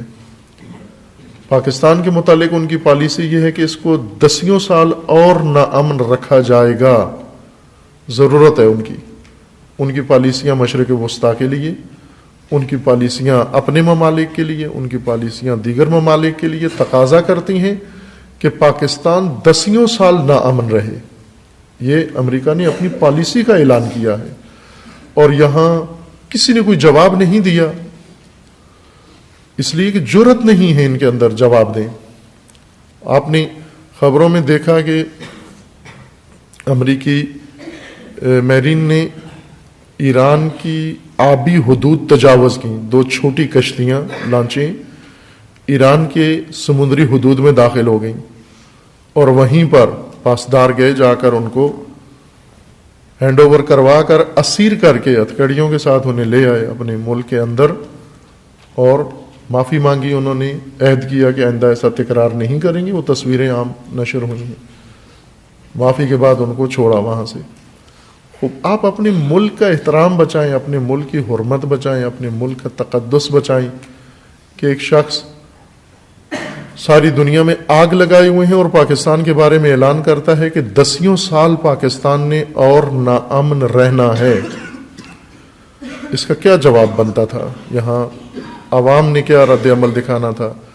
مذہبی جو ہر مسئلے میں کود پڑتے ہیں، دھرنے اور ریلیاں نکالتے ہیں، یہ وقت تھا پاکستان کے استحکام اور پاکستان کے تحفظ اور دفاع پاکستان کے لیے ڈالر لے کر ریلیاں نکالنے والے، یہ وقت ہے پاکستان کے دفاع کے لیے بیان دینا، روڈوں پہ آنا، سڑکوں پہ آنا، اور امریکی اداروں اور امبیسیوں کے سامنے سفیر کو طلب کرو، امریکی سفیر کو پوچھو اس کو کہ کیوں پاکستان 10 سال اور ناامن رہے گا، کیا گناہ کیا ہے پاکستان نے، کیوں یہ پالیسی اعلان کی تم نے کہ باقی دنیا میں امن قائم کرنے کی کوششیں ہو رہی ہیں، پاکستان کو 10 سال مزید ناامن رکھنے کی کوششیں ہو رہی ہیں۔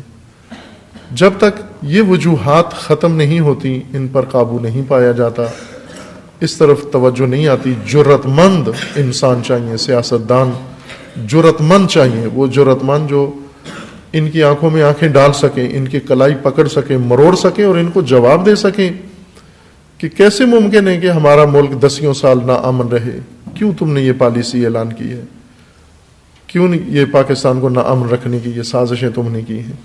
دلیر لوگ چاہیے، غیرت مند لوگ چاہیے جو اپنے ملک کے متعلق ایسے غیر ذمہ دارانہ بیانات کا نوٹس لیں اور اس کا جواب دیں۔ عوام کو بھی چاہیے، تعجب ہوتا ہے کہ چھوٹے چھوٹے کاموں پر جلسے جلوس کرنے والے، دھرنے دینے والے، وہ اتنے اہم مسئلے کے اوپر بالکل ساکت و خاموش ہیں، جیسے ان کے پیر نے بیان دیا ہے اور وہ اس بیان کو سر آنکھوں پر رکھ کے آئندہ 10 سال پاکستان کو مزید غیر مستحکم اور ناامن رکھنے کے لیے گویا اب اور بولی لگی ہے، اور یہ اس کا ٹھیکہ لیں گے کہ اگر پاکستان کو ناامن کرنا ہے تو ہم حاضر ہیں اس ناامنی کے لیے۔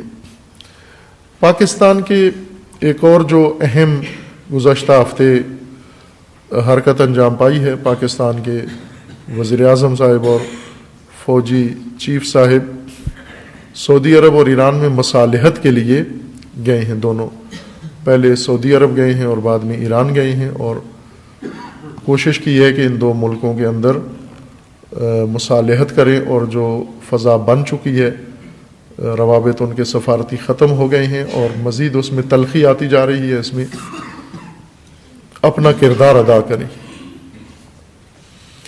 جو کچھ سعودی عرب چاہ رہا تھا پاکستان سے، اس کے مقابلے میں یہ بہترین قدم اٹھایا ہے پاکستان نے۔ اس سے میں یہ تو نہیں کہوں گا کہ سعودی عرب اور پاکستان کے مسائل حل ہو جائیں گے، چونکہ سعودی عرب اور پاکستان کے مسائل حل کرنے کے لیے دونوں کے ساتھ برابری کی سطح پر تعلقات ہونا ضروری ہیں۔ جیسے سعودی عرب کے ساتھ تعلقات ہیں، ویسے ہی ایران کے ساتھ ہوں، تو پھر تو ثالثی کا جواز بنتا ہے، چونکہ دونوں طرف ایک جیسا احترام ہے، دونوں طرف ایک جیسا ماحول ہے، اعتماد ہے۔ لیکن اگر ایک کے ساتھ دوستی ہو اور ایک کے ساتھ نہ ہو تو وہاں ظاہر مصالحانہ کردار اتنی امید نہیں ہوتی کہ ہو پائے گا۔ باہر کیف یہ کوشش بہت اچھی ہے، پاکستان کے لیے بہت اچھی ہے۔ ایران کو اس کا فائدہ ملے یا نہ ملے، سعودی عرب کو فائدہ ملے نہ ملے، خود پاکستان کے لیے یہ اچھی پالیسی ہے جو ہمارے ان سیاسی رہنماؤں نے پاکستان کے اختیار کی ہے۔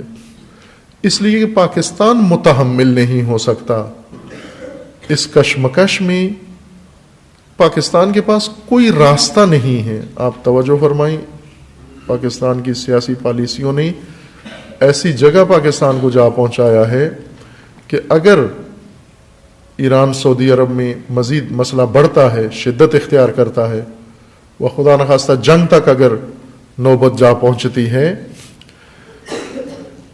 کہ جس کے آثار ہیں، نفی نہیں کی جا سکتی، چونکہ سعودی عرب کے اندر یہ جنون پایا جاتا ہے جنگ کا، کہ وہ ماموریت ہے ان کی، وہ اس جنگ کے لیے پورے طور پر تیاری کر رہے ہیں. میں ابھی اشارہ کروں گا ایک اور خبر جو نیوز ایجنسیز نے دی ہے کہ وہ پوری تیاری میں ہیں یک طرفہ طور پر کہ یہ جنگ حتماً ہو، شروع ہو. سعودی عرب اور ایران کے اندر اگر مابین یہ مسئلہ بڑھتا ہے، شدت اختیار کرتا ہے، پاکستان کے لیے کوئی امن کا راستہ نہیں بچتا.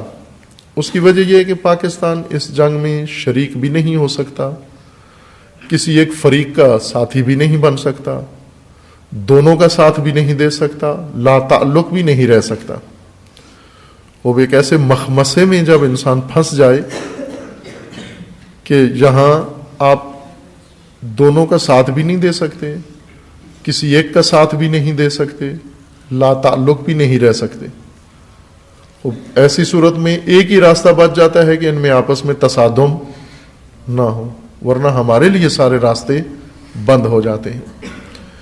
اب دونوں کا ساتھ نہیں دے سکتے، ظاہر ہے وہ ممکن نہیں ہے کہ ان کی بھی مدد کریں ان کی بھی مدد کریں، یہ تو ناممکن ہے.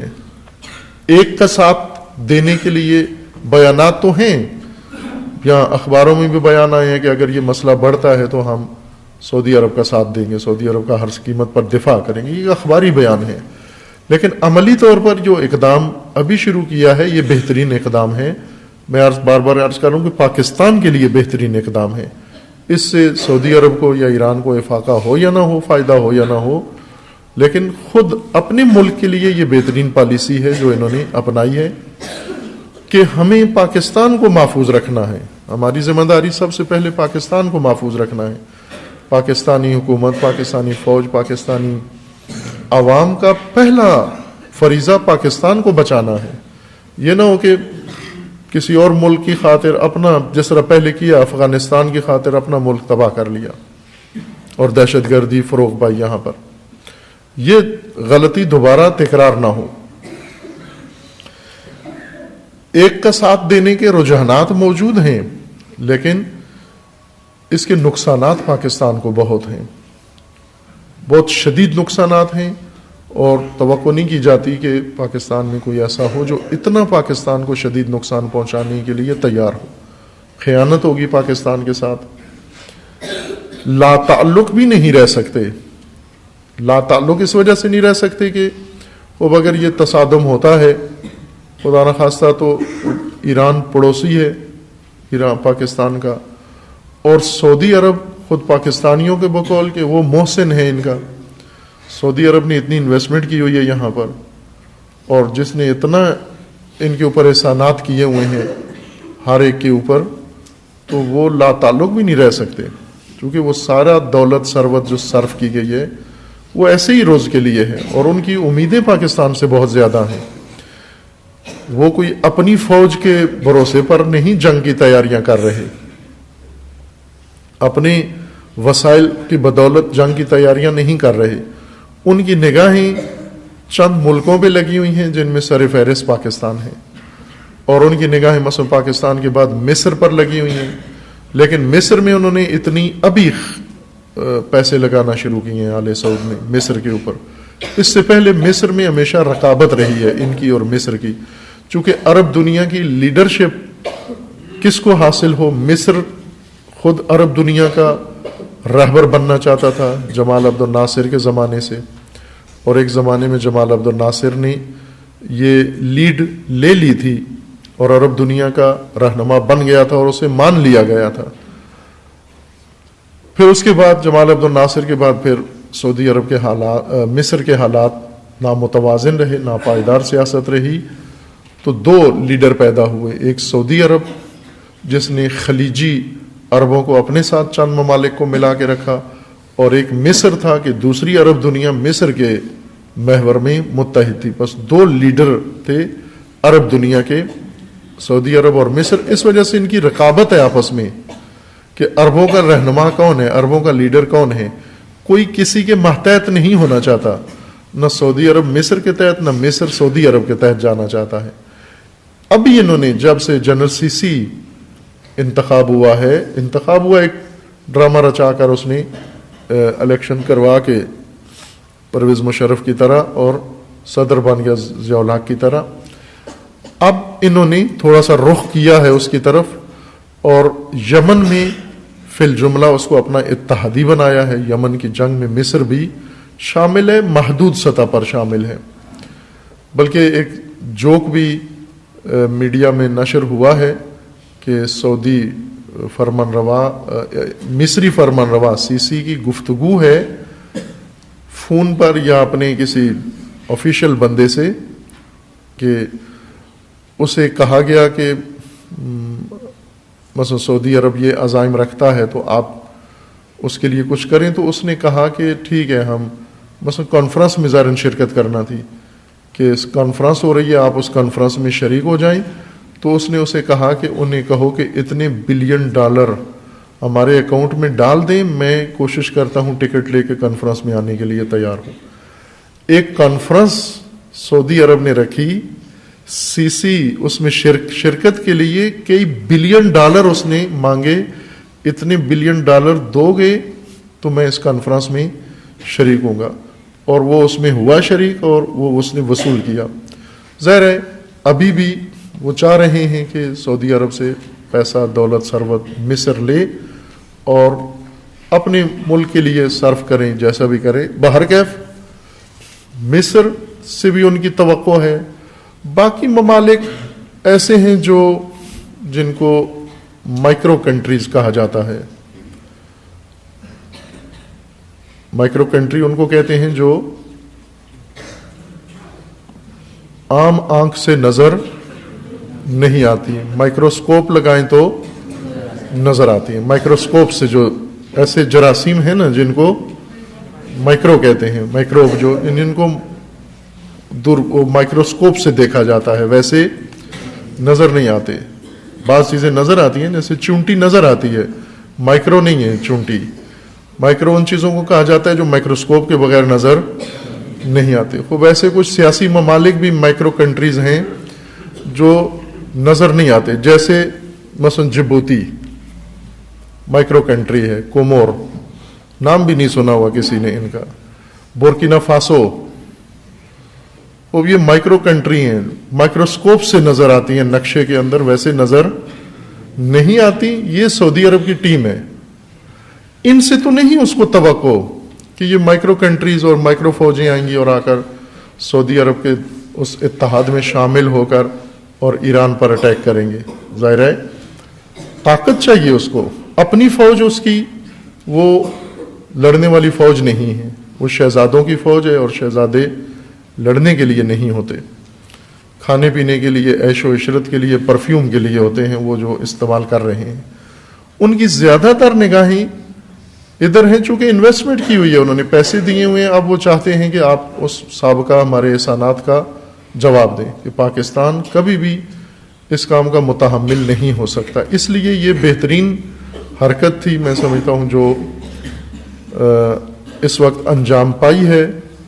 ہمارے وزیر اعظم صاحب نے انجام دیے اور جرنیل صاحب دونوں مل کر پہلے سعودی عرب گئے ہیں, پھر ایران گئے ہیں, اور جو بھی نتائج نکلے ہیں بہرکیف اس پالیسی کا اعلان یا اس پالیسی کا اقدام پاکستان کے لیے نفع میں ہے, اور اسی پر قائم رہنا چاہیے اور اس سے آگے نہیں بڑھیں. وہ پہلے تو امید ہے کہ یہ نہ ہو یہ تصادم, لیکن سعودی عرب کی بھرپور تیاری ہے کہ یہ ہو. ابھی تک جو آثار ظاہر لگ رہے ہیں ان کی پوری تیاری ہے کہ یہ ہو. روکنے کے لیے سارے اس میں فعال ہیں و سرگرم ہیں. تازہ ترین جو بیان جان کیری امریکی وزیر خارجہ نے بیان دیا ہے تشویشناک, وہ یہ کہ سعودی عرب ایٹم بم خریدنے کے چکر میں ہے, ایٹم بم خرید لے اور ایٹمی حملہ کرے. وہ ایک طرف سے ایران کو ایٹمی پابندیاں لگا دیں کہ یہ ایٹم بم نہ بنا سکے, اس کے سسٹم کو انہوں نے بلاک کیا, لاک کیا, ختم کیا پابندیاں لگا کر, کہ یہ بھی ایک اہم مسئلہ ہے. میں وقت ہوا تو اشارہ کروں گا. باہر کیف انہوں نے ایک طرف ایٹمی مسئلے کو لاک کر دیا کہ آپ نے کچھ نہیں بنانا، اور جو کچھ بنا چکے ہو وہ بیچ دو۔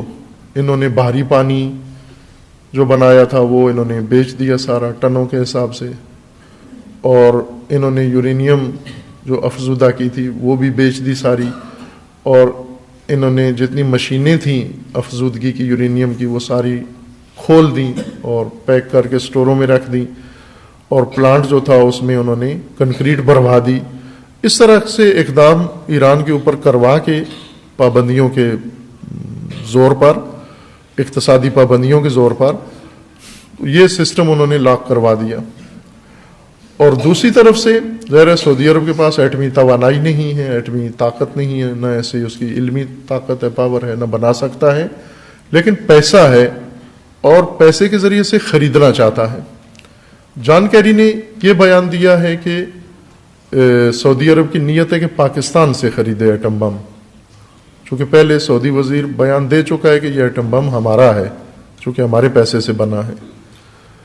اور جان کیری نے رہنمائی کی ہے اس سعودی وزیر کی کہ آپ نے اگر ایٹم بم خریدنا ہے تو آپ کو اس کا قانونی راستہ طے کرنا پڑے گا، یہ نہیں کہا نہیں خرید سکتے، خریدنے کے لیے آپ کو اس کا قانونی راستہ طے کرنا پڑے گا۔ یعنی قانونی راستہ یہ ہے کہ آپ UN سے اجازت لیں پہلے کہ آپ کو ایٹم بم چاہیے۔ خوب ظاہر ہے موجودہ حالات میں وہ کہیں کہ جی ہمیں دفاع کے لیے ضرورت ہے ایٹم بم کی، اور UNO اجازت دے۔ UNO میں امریکہ اور اس کے حواری ہیں، خوب یہ اجازت دینے کے لیے اور بلینز ڈالر ان سے لیں گے۔ ایٹم بم کی قیمت الگ ہوگی اور اجازت الگ ہوگی۔ اس لیے میں کہہ رہا ہوں کہ پاکستان کے جو رہنماؤں نے پالیسی اختیار کی ہے یہ پاکستان کے حق میں بہترین پالیسی ہے، اور پاکستان کی خاطر، بقا کی خاطر اس کو انہیں جاری رکھنا چاہیے، اس پر اصرار کرنا چاہیے۔ پاکستان کا نام صرف استعمال کر رہے ہیں، پاکستان نہیں دے گا ایٹم بم، ان کو طے ہے یہ کہ نہیں دے گا، لیکن سعودی عرب نے ایٹم بم اسرائیل سے یا لے لیا ہے یا لینا ہے، لیں گے اسرائیل سے، نام پاکستان کا لگائیں گے، اور جب استعمال کریں گے، چونکہ یہ دیوانے ہیں سعودی عرب کے حکمران، خصوصاً یہ موجودہ جو باپ بیٹا ہیں، یہ باقاعدہ رسماً پاگل ہیں، یہ نہ کہ ان کو سرزنش کے طور پر کہا جاتا ہے پاگل، واقعاً پاگل ہیں، دماغ کام نہیں کرتا ان کا۔ باپ تو ختم ہو گیا ہے، اس کا ذہن بالکل ہی ایکسپائر ہو گیا ہے، اور بیٹا بھی ایک جوان لاابالی، لاپرواہ، دیوانہ، اور یہ اس چکر میں ہیں کہ ہم یہ کام کریں، ایٹم بم لے کے ایک دفعہ پھینک دیں اور اس سے ختم ہو جائے۔ اسرائیل حاضر ہے یہ خدمت کرنے کے لیے۔ اسرائیلی وزیر اعظم نے بیان دیا ہے کہ اسرائیل کے ساتھ یورپی یونین اور یورپی ممالک، یورپی حکمران اسرائیل کے ساتھ بات کرنے کا ادب عربوں سے سیکھیں۔ یہ کل کا بیان ہے اسرائیلی وزیر اعظم کا کہ یورپ والے اسرائیل، چونکہ یورپ والے کبھی کبھار بیان دے دیتے ہیں، جیسے سویڈن کے وزیر خارجہ نے بیان دیا ہے، سویڈن کی وزیر خارجہ نے بیان دیا کہ اسرائیل پر مقدمہ چلنا چاہیے، اس نے جنگی جنایات انجام دیے فلسطینیوں پر۔ ان کو بہت برا لگا سویڈن کی وزیر خارجہ کا بیان، عورت ہے وہ۔ اس طرح کے اور ایک دو ممالک نے بیان دیا کہ اسرائیل فلسطین کے اوپر ظلم کر رہا ہے یا جارحیت کر رہا ہے، جو ان کو بہت برے لگے یہ بیان۔ اس نے سویڈن کی وزیر خارجہ کو بیان دیا ہے کہ اسرائیل کے ساتھ بات کرنے کا ادب عربوں سے سیکھو، کہ دیکھو عرب کتنے ادب سے ہمارے ساتھ بات کرتے ہیں، کتنا اسرائیل کا احترام کرتے ہیں۔ یہ اس نے خود ریفرنس دیا ہے سویڈن کی وزیر خارجہ کو، یا حوالہ دیا ہے اس نے۔ اسرائیل چاہتا ہے کہ یہ کام ہو، چونکہ اگر یہ جنگ ہوتی ہے تو اسرائیل کے پاس ایٹمی طاقت ہے، پہلے سے اس نے آزاد ہے، وہ امریکہ کے شیلٹر کے نیچے بم بنا بھی چکا ہے، بنا بھی رہا ہے، اس کی ایٹمی طاقت ہے بھی، اور وہ کسی دنیا کے ادارے کا رکن بھی نہیں ہے، پابندیاں بھی قبول نہیں کرتا، اس کے کوئی معائنہ چیکنگ بھی نہیں ہوتی، نہ کوئی اس کو روکتا ہے، چونکہ امریکہ اور یورپی یونین اس کے محافظ ہیں۔ یہ ظاہر ہے اسرائیل خود ایٹم بم استعمال کرنا اس کی اپنی نابودی ہے، وہ چاہتا ہے کہ یہ کرے، اور اسے دنیا میں آل سعود سے بہتر نظر نہیں آتے، اسے یقین ہے کہ یہ کر دیں گے استعمال۔ اب مشکل یہاں پر جیسے میں نے کہا تھا کہ پاکستان کے لیے اب صورتحال یہ بن گئی ہے کہ نہ جائے رفتن نہ پا ایماندن،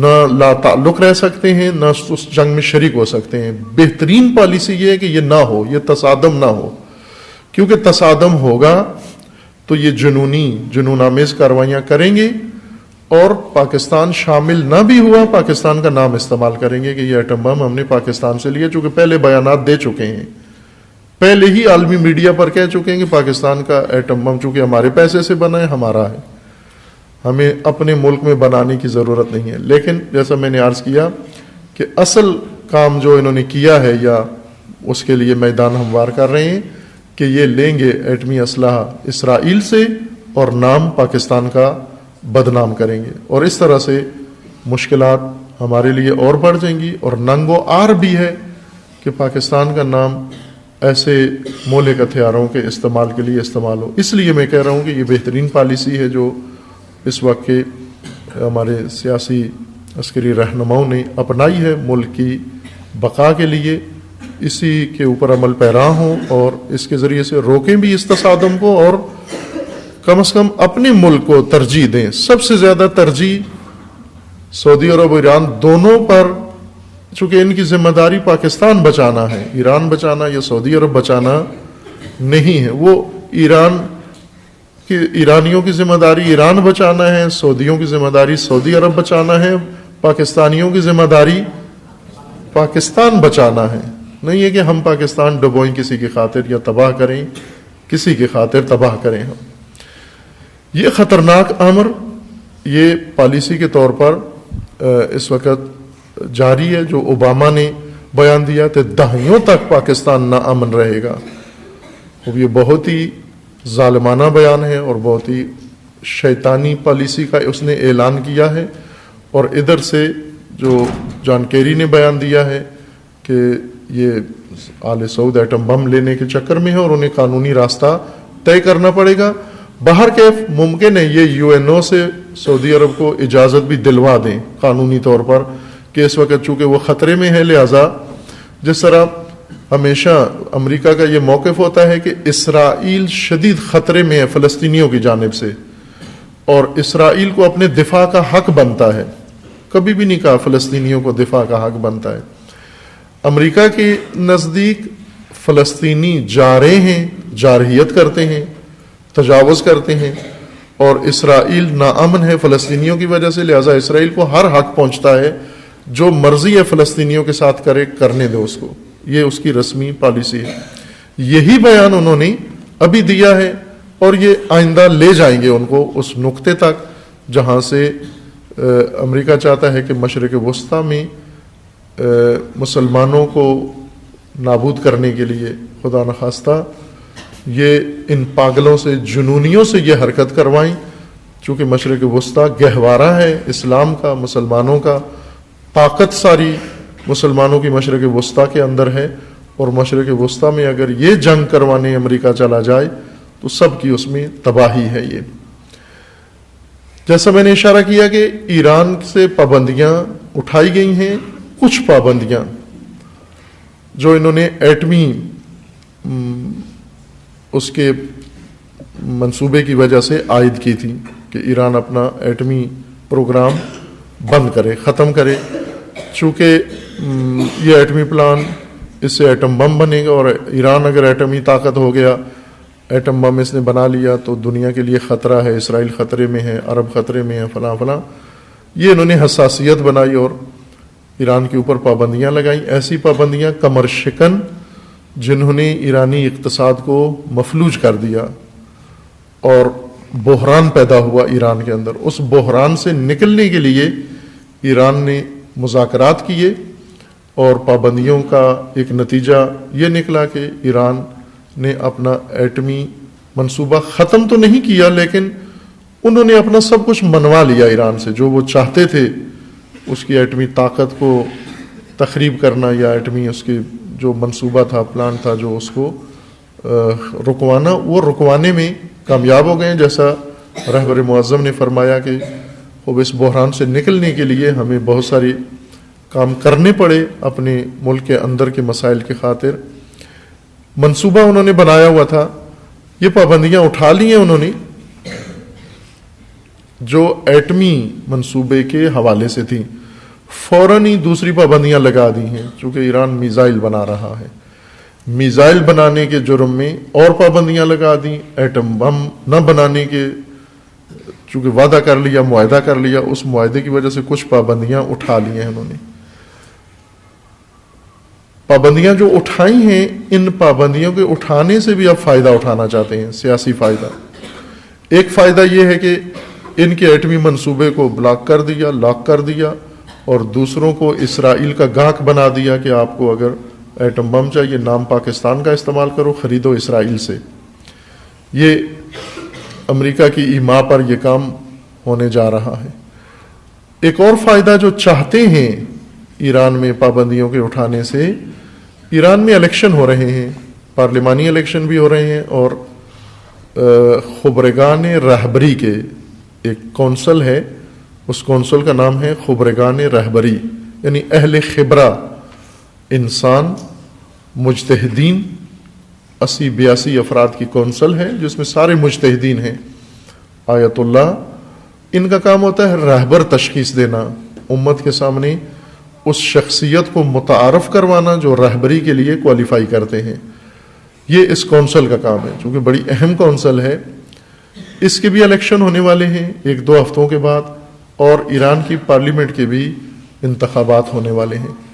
اور اگلے سال امریکہ کے اندر بھی صدارتی الیکشن ہونے والے ہیں، دونوں ملکوں کے اندر انتخابات ہیں. یہ جو معاہدہ ہوا ہے، اس سے کوشش یہ کر رہے ہیں کہ دونوں جگہ پر، دونوں ملکوں میں انتخابات کے لیے اس کارڈ کو استعمال کر کے اس سے استفادہ کریں. اور انتخابات کے لیے ان کی کوشش یہ ہے کہ ایران کے اندر ایسے افراد کو ایران کی پابندیاں اٹھانے کا سہرا ان کے گلے میں ڈالا جائے کہ یہ لوگ ہیں جنہوں نے ایرانی اقتصاد کو بچایا ہے، ایرانی مہنگائی ختم کی ہے، ایران میں ڈالر کا ریٹ بہتر کیا ہے، ایران میں کچھ تجارت بحال ہوئی ہے، دوسری دنیا کے ساتھ روابط ان کے قائم ہوئے ہیں، لین دین بڑھا ہے ان کا. اس سب کے ذمہ دار وہ لوگ قرار دیں جو مغرب نواز ہیں، امریکہ نواز ہیں، امریکہ دوست ہیں. ان لوگوں کو کریڈٹ دینا چاہتے ہیں تاکہ عوام ان کو ملک کے لیے خیر خواہ سمجھ کر ان کو ووٹ دیں اور پارلیمنٹ میں آئیں. اور پھر اس کے بعد آہستہ آہستہ جو انقلابی دھڑا ہے ایران کے اندر، انقلابی گروہ ہے، اس کو تنہا کریں، اس کو کمزور کریں، ضعیف کر کے، اور نہایتاً اس کو ختم کر دیں. سیاست میں اس کا عمل دخل انقلابی گروہ کا ختم کریں. یہ امریکہ شیطان کی منحوس پالیسی ہے، ایک تیر سے کئی شکار کرنے جا رہا ہے کہ ایٹمی منصوبہ ایران کا روک کر اسرائیل کا ایٹمی منصوبہ بڑھانے کی کوشش میں ہے، اور مشرق وسطیٰ میں یہ فساد پھیلانے کے چکر میں ہے. دوسری طرف سے ایران کے اندر اپنا پسندیدہ گروہ لانے کے چکر میں ہے کہ پابندیاں لگائی رکھی عرصے تک 4-5 سال، پابندیاں اٹھانے سے اپنے جو ہم نوا ہیں امریکہ نواز، ان کو لانا چاہتا ہے کہ ایران کی سیاست میں عمل دخل، پارلیمنٹ میں اکثریت ان کی ہو جائے، اور پھر امریکہ کے ساتھ دوستی اور ایران پورا امریکہ کے حوالے ہو جائے جیسا پہلے تھا انقلاب سے پہلے. یہ ایک ہدف ہے اس کا. دوسرا ہدف خبرگان کونسل، اس کے بھی الیکشن ہو رہے ہیں. جیسے میں نے عرض کیا کہ وہ کوئی 80-82 مجتہدین پر مشتمل ہوتی ہے جنہیں عوام چنتے ہیں. ہر علاقے کے عوام ووٹ کے ذریعے سے ان مجتہدین کو رائے دیتے ہیں، اور یہ مجتہدین پھر رہبر تشخیص دیتے ہیں. رہبر کا الیکشن نہیں ہوتا، رہبر کو تشخیص دیتے ہیں کہ اگر ضرورت پڑ جائے، جیسے امام راحل امام خمینی رضوان اللہ تعالیٰ علیہ ان کی رحلت ہوئی، اور اس کے بعد اسی کونسل نے تشخیص دیا مقام معظم رہبری کو کہ یہ رہبری کے لیے دوسروں سے زیادہ موزوں ہیں، اور لوگ پھر اس طرح رہبر کی بیعت کر لیتے ہیں اور رہبر کو قبول کر لیتے ہیں. اس کونسل کا کام تشخیص دینا ہے. یہ بڑی اہم کونسل ہے اور اس وقت امریکہ سمجھتا ہے, جانتا ہے, وہ ساری دنیا جانتی ہے, ایران کے اندر بھی باہر بھی, کہ انقلاب کا راستہ فقط رہبر معظم کے ذریعے سے باقی ہے. اصل رکن انقلاب اس وقت یہ شخصیت ہیں, یہ بزرگوار ہیں جو انقلاب پر ایک قدم بھی پیچھے ہٹنے کے لیے تیار نہیں ہے, کسی قسم کے کمپرومائز کے لیے, نہ امریکہ کے ساتھ, نہ عربوں کے ساتھ, نہ غربوں کے ساتھ, نہ کسی کے ساتھ, نہ ایران کے اندر کسی کے ساتھ, نہ ایران سے باہر. ایسا شخص جو کسی سازش کو قبول کرنے کے لیے تیار نہیں ہے, ایک قدم انقلاب سے پیچھے ہٹنے کے لیے تیار نہیں ہے. جنہوں نے خود پہلے بیان دیا تھا کہ میں ڈپلومیٹ نہیں ہوں بلکہ انقلابی ہوں, اور میں سفیروں جیسی بات یا وزیروں جیسی بات نہیں کروں گا, میں انقلابی ہوں. انقلابی بات تو ٹوک ہوتی ہے, واضح ہوتی ہے, روشن ہوتی ہے. اس لیے ہمیشہ رہبر معظم نے جو بھی انقلاب کا راستہ تھا بالکل دو ٹوک الفاظ میں واضح بیان کیا. یہ ساری دنیا کو پتا ہے, ایران کے اندر بھی باہر بھی, کہ انقلاب کا راستہ اگر امام راحل کے بعد قائم ہے تو اسی ہستی کے ذریعے سے ہے.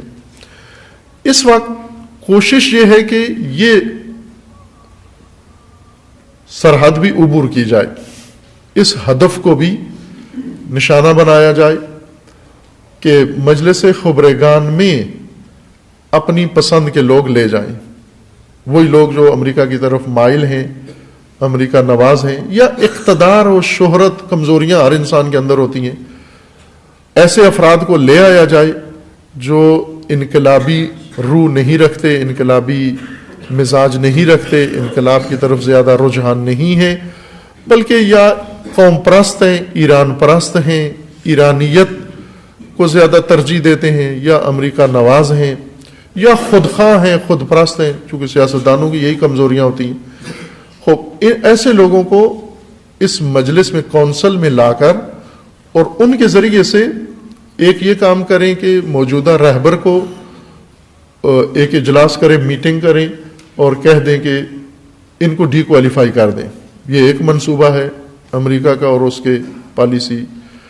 اور دوسرا یہ ہے کہ یہ رہبر معظم بالآخر جس طرح امام اس دنیا سے چلے گئے, ایک دن خدا حفظ کرے رہبر معظم کو, طول عمر عطا فرمائے انشاءاللہ صحت و سلامتی کے ساتھ, لیکن یہ امیدیں باندھے ہوئے ہیں. جس طرح امام خمینی کے بعد امیدیں تھیں ان کی, امام خمینی کے لیے امیدیں تھیں کہ جس دن امام خمینی کی آنکھ بند ہوگی انقلاب اسلامی ختم ہو جائے گا, چونکہ بعد میں کوئی بھی نہیں ہے ان کے پاس. ہمیں یاد ہے اس وقت باقاعدہ اس کا میڈیا میں اظہار کرتے تھے, کھل مکھلا اظہار کرتے تھے. ابھی بھی یہی ان کی صورتحال ہے کہ رہبر معظم کے بعد کوئی بھی نہیں ہے, اور رہبر معظم کے بعد میدان ان کے لیے کھلا ہوا ہے. اس کے لیے تیاریاں کر رہے ہیں کہ یہ خبرگان تشکیل دیں اور اس میں اپنی من پسند افراد کو داخل کر کے رہبری کو بھی ہدف قرار دیں. اور رہبری کو کے لیے انہوں نے عجیب و غریب قسم کے منصوبے بنائے ہیں. میں گزشتہ روز بھی کسی گفتگو میں عرض کیا تھا کہ ایک کام جیسے رسول اللہ کے جانشین کے ساتھ امیر المومنین کے خلاف پہلی جنگ جمل لڑی گئی. سب سے پہلی جنگ جمل تھی, بعد میں دوسری جنگیں صفین وغیرہ بعد میں ہوئی. جنگ جمل بڑی پیچیدہ جنگ ہے. جنگ جمل میں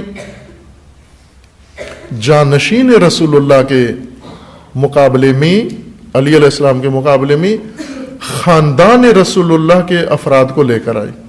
زوجہ رسول اللہ کو, خاندان رسول تھی زوجہ رسول اللہ, ان کو لے کر آئے امیر المومنین کے مقابلے میں, جانشین رسول کے مقابلے میں خاندان رسول لے کر آئے. بہو یہی نقشہ اس وقت ایران کے اندر امام خمینی کے جانشین کے مقابلے میں امام خمینی کا خاندان لے کر آئے. امام خمینی کے پوتے کو تیار کیا کہ آپ آؤ اور ہم آپ کو مجلس خبرگان میں رکن بناتے ہیں اور بعد میں آپ کو رہبر بنا دیں گے. تیار کر کے لائے.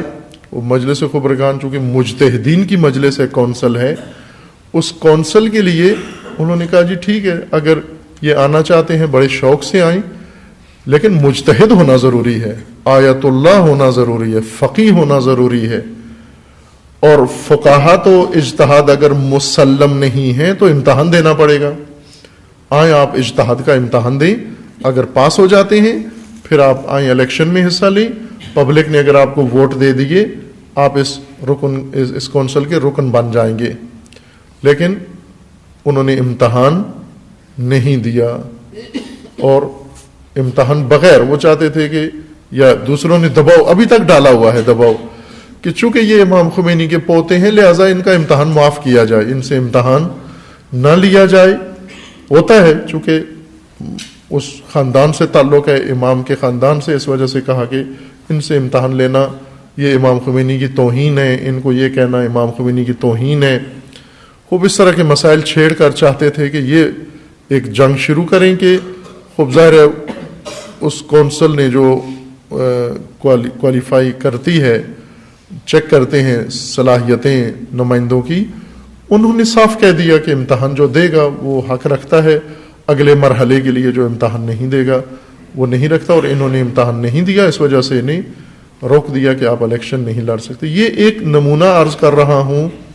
اس وقت ایران کے اندر, باہر تو آپ دیکھ رہے ہیں جو کچھ کر رہے ہیں مشرق وسطیٰ میں, آل سعود باقاعدہ جنگی جنون میں مبتلا ہیں اور ہر قیمت پر یہ جنگ چھیڑنا چاہتے ہیں کہ کسی طرح یہ جنگ شروع ہو. لیکن ادھر سے ایک تو امریکہ نے یہ عالمی دباؤ بڑا, اقتصادی پابندیاں لگائیں, اقتصادی دباؤ, سیاسی طور پر دباؤ ایران کے اوپر رکھا ہوا ہے, شدید دباؤ, اور ادھر سے جنگی دباؤ آل سعود کو تیار کیا ہے کہ یہ جنگ کے لیے تیار ہو جائیں, اور اس نے وہ مائکرو ممالک کو اپنے ساتھ ملا کر 34 لشکر تشکیل دیا ہے کہ ان کے ذریعے سے جنگ کرنے آئے گا, اور اندر ملک کے اندر یہ فضا بنائی ہوئی ہے, اور ہر پتہ ہر مقصد کے لیے استعمال کر رہے ہیں. یہ ان کا شیطانی منصوبہ ہے کہ الیکشن جیتنے کے لیے بھی پابندیاں اٹھائی ہیں جان بوجھ کے. یہ اعلان, یہ معاہدہ اس موقع کے لیے روکا ہوا تھا کہ الیکشن سے 2-3 ہفتے پہلے ہم پابندیاں اٹھائیں گے, اور جو ہی پابندیاں اٹھائیں گے لوگ ناچنا شروع کر دیں گے. جی ایران سے پابندیاں اٹھ گئیں, اور پھر ہم کہیں گے یہ پابندیاں جو اٹھی ہیں یہ رہبر کی وجہ سے نہیں اٹھی, یہ اس گروہ کی وجہ سے اٹھی ہیں جو امریکہ سے دوستی چاہتا ہے. تو اگر ان لوگوں کو ووٹ دو تو امریکہ آئندہ بھی ایسی نوازشیں تمہارے اوپر کرتا رہے گا, پابندیاں لگا کے اٹھاتا رہے گا, تمہیں تحفے دیتا رہے گا, پہلے لگائے گا پابندیاں پھر اٹھا لے گا. رہبر معظم نے خوبصورت مثال دی, کہا کہ اس میں چونکہ کچھ لوگ ہیں امریکہ کا شکریہ ادا کر رہے ہیں ایران میں کہ امریکہ شکریہ تو نے پابندیاں اٹھا لی. رہبر معظم نے اپنے کل کی تقریر میں ان کو ڈانٹا, بیوقوفو, احمقو, عقل نہیں ہے تمہاری کہ گھر تمہارا ہے. یہ مثال دی رہبر معظم نے, یہی مثال دی کہ گھر تمہارا ہے, تمہارے گھر پر آ کر ایک ڈاکو, ایک مافیا آ کے قابض ہو گیا بندوق کے سہارے, کہا یہ پلاٹ مجھے دے دو, اور آپ نے کوشش کی, عدالت گئے, جرگہ بلایا, پنچایت بلائی, بات چیت کی, دباؤ بڑھایا, مذاکرات کیے, اور اس کے ذریعے سے اب وہ ظالم راضی ہو گیا ہے کہ ٹھیک ہے میں آپ کے گھر سے نکلتا ہوں. لیکن نکلتے ہوئے بھی اس نے کہا کہ آدھا پلاٹ میں رکھوں گا, آدھا تمہیں دوں گا اور آدھا میرے پاس رہے گا. اور اب جب وہ آدھا چھوڑ کے نکل رہا ہے, آپ کا گھر اس کا نہیں تھا, اپنا گھر نہیں دے رہا آپ کو, آپ کا گھر آپ کو دے رہا ہے. آپ اس بات پر اس کا شکریہ ادا کر رہے ہو کہ تیرا بہت شکریہ کہ تو نے ہمارا گھر غصب کیا تھا, اب نکل رہا ہے, آدھا تیرے پاس ہے, آدھا تو ہمیں دے رہا ہے, ہم تیرے شکر گزار ہیں. رہبر معظم نے فرمایا یہ ذلت ہے, یہ بے غیرتی ہے, وہ مذمت کے قابل ہے. اس کو کیا حق بنتا تھا پابندیاں لگانے کا, جب جتنے حقوق سارے ممالک کے ہیں وہ ہمارے بھی ہیں. یہ اس وقت شرارت ہے و شیطنت ہے جو خطے کے اندر, اس علاقے کے اندر امریکہ انجام دے رہا ہے, مسلمان ممالک کے اندر ماحول خراب کر رہا ہے تاکہ اس طرح اسرائیل کو بھی تحفظ دے, اور عربوں کو اکسا رہا ہے. اور خصوصاً یہ جنونی جو اس وقت سعودیہ کے اندر ہے. میں تکمیل مطلب کے لیے یہ بھی عرض کرتا چلوں کہ چونکہ امریکہ کا مقصد بھی یہی ہے کہ نیا مڈل ایسٹ بنائے اور مڈل ایسٹ کی جو طاقتیں ہیں ان کو توڑے, پہلے آپ کو یاد ہوگا کہ جنگ عظیم، یاد ہوگا سمران جی، نہیں پڑھا ہوگا یا سنا ہوگا آپ نے، کہ دوسری جنگ عظیم تک ایک سلطنت تھی، عثمانی سلطنت جسے کہتے تھے، پہلے سے ٹوٹ پھوٹ کا شکار ہو رہی تھی. پہلے ایک حکومت تھی پوری دنیا اسلام کی، اس ایک حکومت میں پھر کچھ علاقے الگ ہو گئے، آخر کار یہ عرب دنیا اور ترکی اور کچھ علاقے یہ عثمانی خلافت کے تحت تھے. ایک حکومت تھی بڑی، یعنی دنیا میں طاقتیں، بڑی طاقتیں جو اس وقت تھیں، ایک روس بڑی طاقت تھا، اور ایک امریکہ بڑی طاقت تھا، اور ایک یا برطانیہ تھا امریکہ سے پہلے، اور ایک عثمانی. 3 بڑی طاقتیں دنیا میں تھیں. مسلمان حکومتوں میں عثمانی طاقت جو ترک نژاد تھے وہ حکمران، اور ترکی میں ہی ان کا دارالخلافہ تھا اس وقت، اور عرب ممالک جتنے تھے وہ عثمانی حکومت کے ماتحت تھے. 3 بڑی طاقتیں تھیں دنیا کے اندر. جنگ عظیم دوم پر آ کر تیسری طاقت ختم کر دی گئی، عثمانی طاقت توڑ کے چھوٹے چھوٹے مائکرو ملک بنائے گئے، کویت و قطر و بحرین جو مائکروسکوپ سے نظر آتے ہیں، وہ ایسے ممالک تشکیل دے کر یہ طاقت ختم کر دی گئی. اور اس وقت ان کو اطمینان ہوا کہ ہم نے مشرق وسطیٰ میں تیسری طاقت مسلمانوں کی ختم کر کے 2 طاقتیں ہیں اب، روس اور امریکہ. بعد میں روسی طاقت بھی ختم ہوئی، اب دوبارہ روس پھر سار اٹھا رہا ہے. لیکن اس دوران یہ ہوا کہ کچھ نئی طاقتیں وجود میں آ گئیں، جیسے تیل کی طاقت مشرق وسطیٰ میں آنے سے عرب ممالک میں تیل کی طاقت آ گئی، یا انقلاب اسلامی برپا ہونے سے خود ایران جو پہلے امریکہ کا کٹ پتلی حکمران تھا اور امریکہ کی ایک کالونی کے طور پر تھا ایران، اب انقلاب اسلامی آنے سے وہ بھی ایک طاقت بن گیا ہے. صدام ایک طاقت بن گیا تھا. ان طاقتوں کو بھی ختم کرنا ہے، توڑنا ہے. امریکہ کا قطعی ارادہ ہے کہ یہ مشرق وسطیٰ کی کوئی بھی طاقت، نہ اقتصادی طاقت ہو، نہ سیاسی طاقت ہو، نہ اسلامی طاقت، نہ فوجی طاقت ہو، یہ کمزور اور ضعیف رہیں.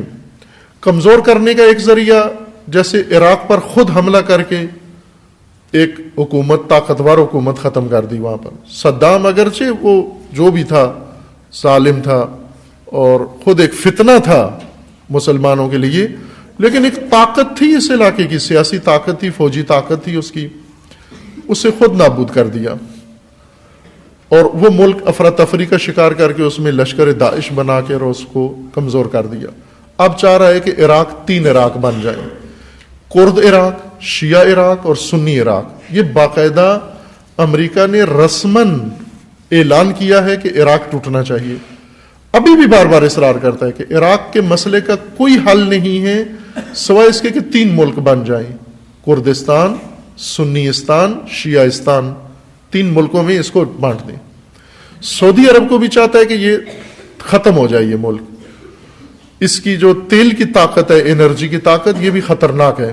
اگرچہ جو خاندان ہے وہ ان کا وفادار ہے، وہ ان کا غلام ہے، وہ ان کا نوکر ہے، لیکن یہ مطمئن نہیں ہے، کیونکہ یہ طاقت، تیل کی طاقت، گیس کی طاقت، ثروت کسی بھی اور کے ہاتھ آ سکتی ہے. اس لیے اس کو بھی ختم کرنا ضروری ہے. اور سب سے اہم طاقت جو آئیڈیالوجی کی طاقت ہے، جو اسلامی طاقت ہے اس وقت، انقلاب کی طاقت، ایران، اس کو بھی ختم کرنا چاہتا ہے. لیکن اب اس کی پالیسی یہ کہ ختم کرنے کے لیے اس طرح کا ماحول بنایا جائے جنگی، کہ جس میں یہ جنونی آپس میں حملہ کریں ایران کے اوپر، اسرائیل ان کی مدد کرے، دوسرے ممالک کو ساتھ شامل کریں، اور یہ اس طرح سے مارکا ہو اور سارے اسلامی ممالک اس طرح آپس میں لڑ کر کمزور ہو جائیں، ضعیف ہو جائیں، اور پھر حاکمیت ان کی قائم ہو جائے. یہ ان کا منصوبہ ہے مشرق وسطیٰ کے لیے. آل سعود اس منصوبے پر سختی سے عمل پیرا ہیں. شاہی خاندان کے اندر اس وقت شدید اختلاف ہے. کچھ اس طرف متوجہ ہیں کہ یہ منصوبہ جو بنایا جا رہا ہے اور ہمیں سوانے خواب دکھائے جا رہے ہیں، اس سے ہم خود بھی نابود ہو جائیں گے. اور بعید نہیں ہے کہ مستقبل قریب میں ایک جنگ اندر شاہی خاندان کے اندر شروع ہو جائے. یہ بہت قریب لگ رہا ہے. اگر کسی نے، امریکہ نے یا دوسروں نے، برطانیہ نے وساطت کر کے ان شہزادوں میں صلح و مصالحت نہ کروائی، بہت جلد ان کے اندر آپس میں مسلحانہ تصادم ہوگا، اور جو کچھ امریکہ چاہتا ہے کہ بہت کچھ برباد کروا کے ان کو نابود کرے، شاید یہ اپنے ہاتھوں سے اس بربادی سے پہلے ہی نابود ہو جائیں گے. یہ ان کے اندر کی کہانی ہے جو ان کے آپس کے شدید اختلاف ہیں. اس لیے بھی پاکستان کے لیے بھی یہ مسئلہ اہم ہے. پاکستانی قوم، پاکستانی میڈیا، پاکستانی سیاست، حکمران، حکومت، سب کے سب کہ ان کے اس خاندان کے اندر جو کچھ ہونے والا ہے، پاکستان اپنے آپ کو بچا کے رکھے اس سے. اس میں پاکستان کا زیادہ نقصان ہوگا اگر اس سے آگے بڑھتے ہیں. بہرکیف خداوند تبارک و تعالی انشاءاللہ تمام شیاطین سے امت اسلامیہ و سرزمین اسلامیہ کو محفوظ فرمائے انشاءاللہ. دعا گو ہیں خداوند تبارک و تعالی کی بارگاہ میں، پروردگارہ بحق اسماء حسنہ خود، بحق اولیاء، بحق رسول اللہ، بحق آل رسول، بحق شہداء، بحق شہداء کربلا، خداوندہ امت اسلامیہ کو ظلم و ستم سے نجات عطا فرما، ان ظالمین کو ظلم سمیت نیست و نابود فرما، امریکہ اور اسرائیل کا خاتمہ فرما، امت اسلامیہ میں وحدت و اتحاد قائم فرما، امت اسلامیہ کو فتنوں سے رہائی عطا فرما، فتنہ گروں کو فتنوں سمیت نیست و نابود فرما، فتنہ تکفیریت و داعش کو محو فرما، اس کے بانیوں اور حامیوں کو رسوا فرما. خداوند بحق محمد و آل محمد حزب اللہ کو کامیابی عطا فرما، سید مقاومت سید حسن نصر اللہ کی حفاظت فرما، رہبر معظم انقلاب اسلامی کا سایہ دراز فرما، انقلاب اسلامی کو دشمنوں کے شر سے محفوظ فرما، انقلاب اسلامی کو انقلاب امام زمان سے متصل فرما، مملکت پاکستان کی حفاظت فرما، اس ملک کو اندرونی بیرونی دشمنوں کے شر سے محفوظ فرما، ملک کے اندر امن و امان قائم فرما، دہشت گردی، فرقہ واریت، فتنہ و فساد اور نفاق پھیلانے والوں کو نیست و نابود فرما، ان کے حامیوں سرپرستوں کو رسوا فرما. پیروان امیر المومنین جہاں کہیں بھی ہیں، بالخصوص سعودی عرب میں، یمن میں، بحرین میں، عراق میں، شام میں، لبنان میں، افغانستان میں، ہندوستان میں، دیگر مقامات پر و بالاخص پاکستان میں، سب کے عزت و مال و جان و ناموس کی حفاظت فرما. خداوند بحق محمد و آل محمد اپنے ولی حق ولی اللہ العظم اجل اللہ تعالی فرج و شریف کا جلد از جلد ظہور فرما.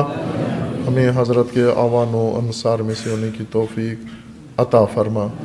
اعوذ باللہ من الشیطان الرجیم، بسم اللہ الرحمن الرحیم. انا اعطیناک الکوثر فصل لربک وانحر ان شانئک هو الابتر.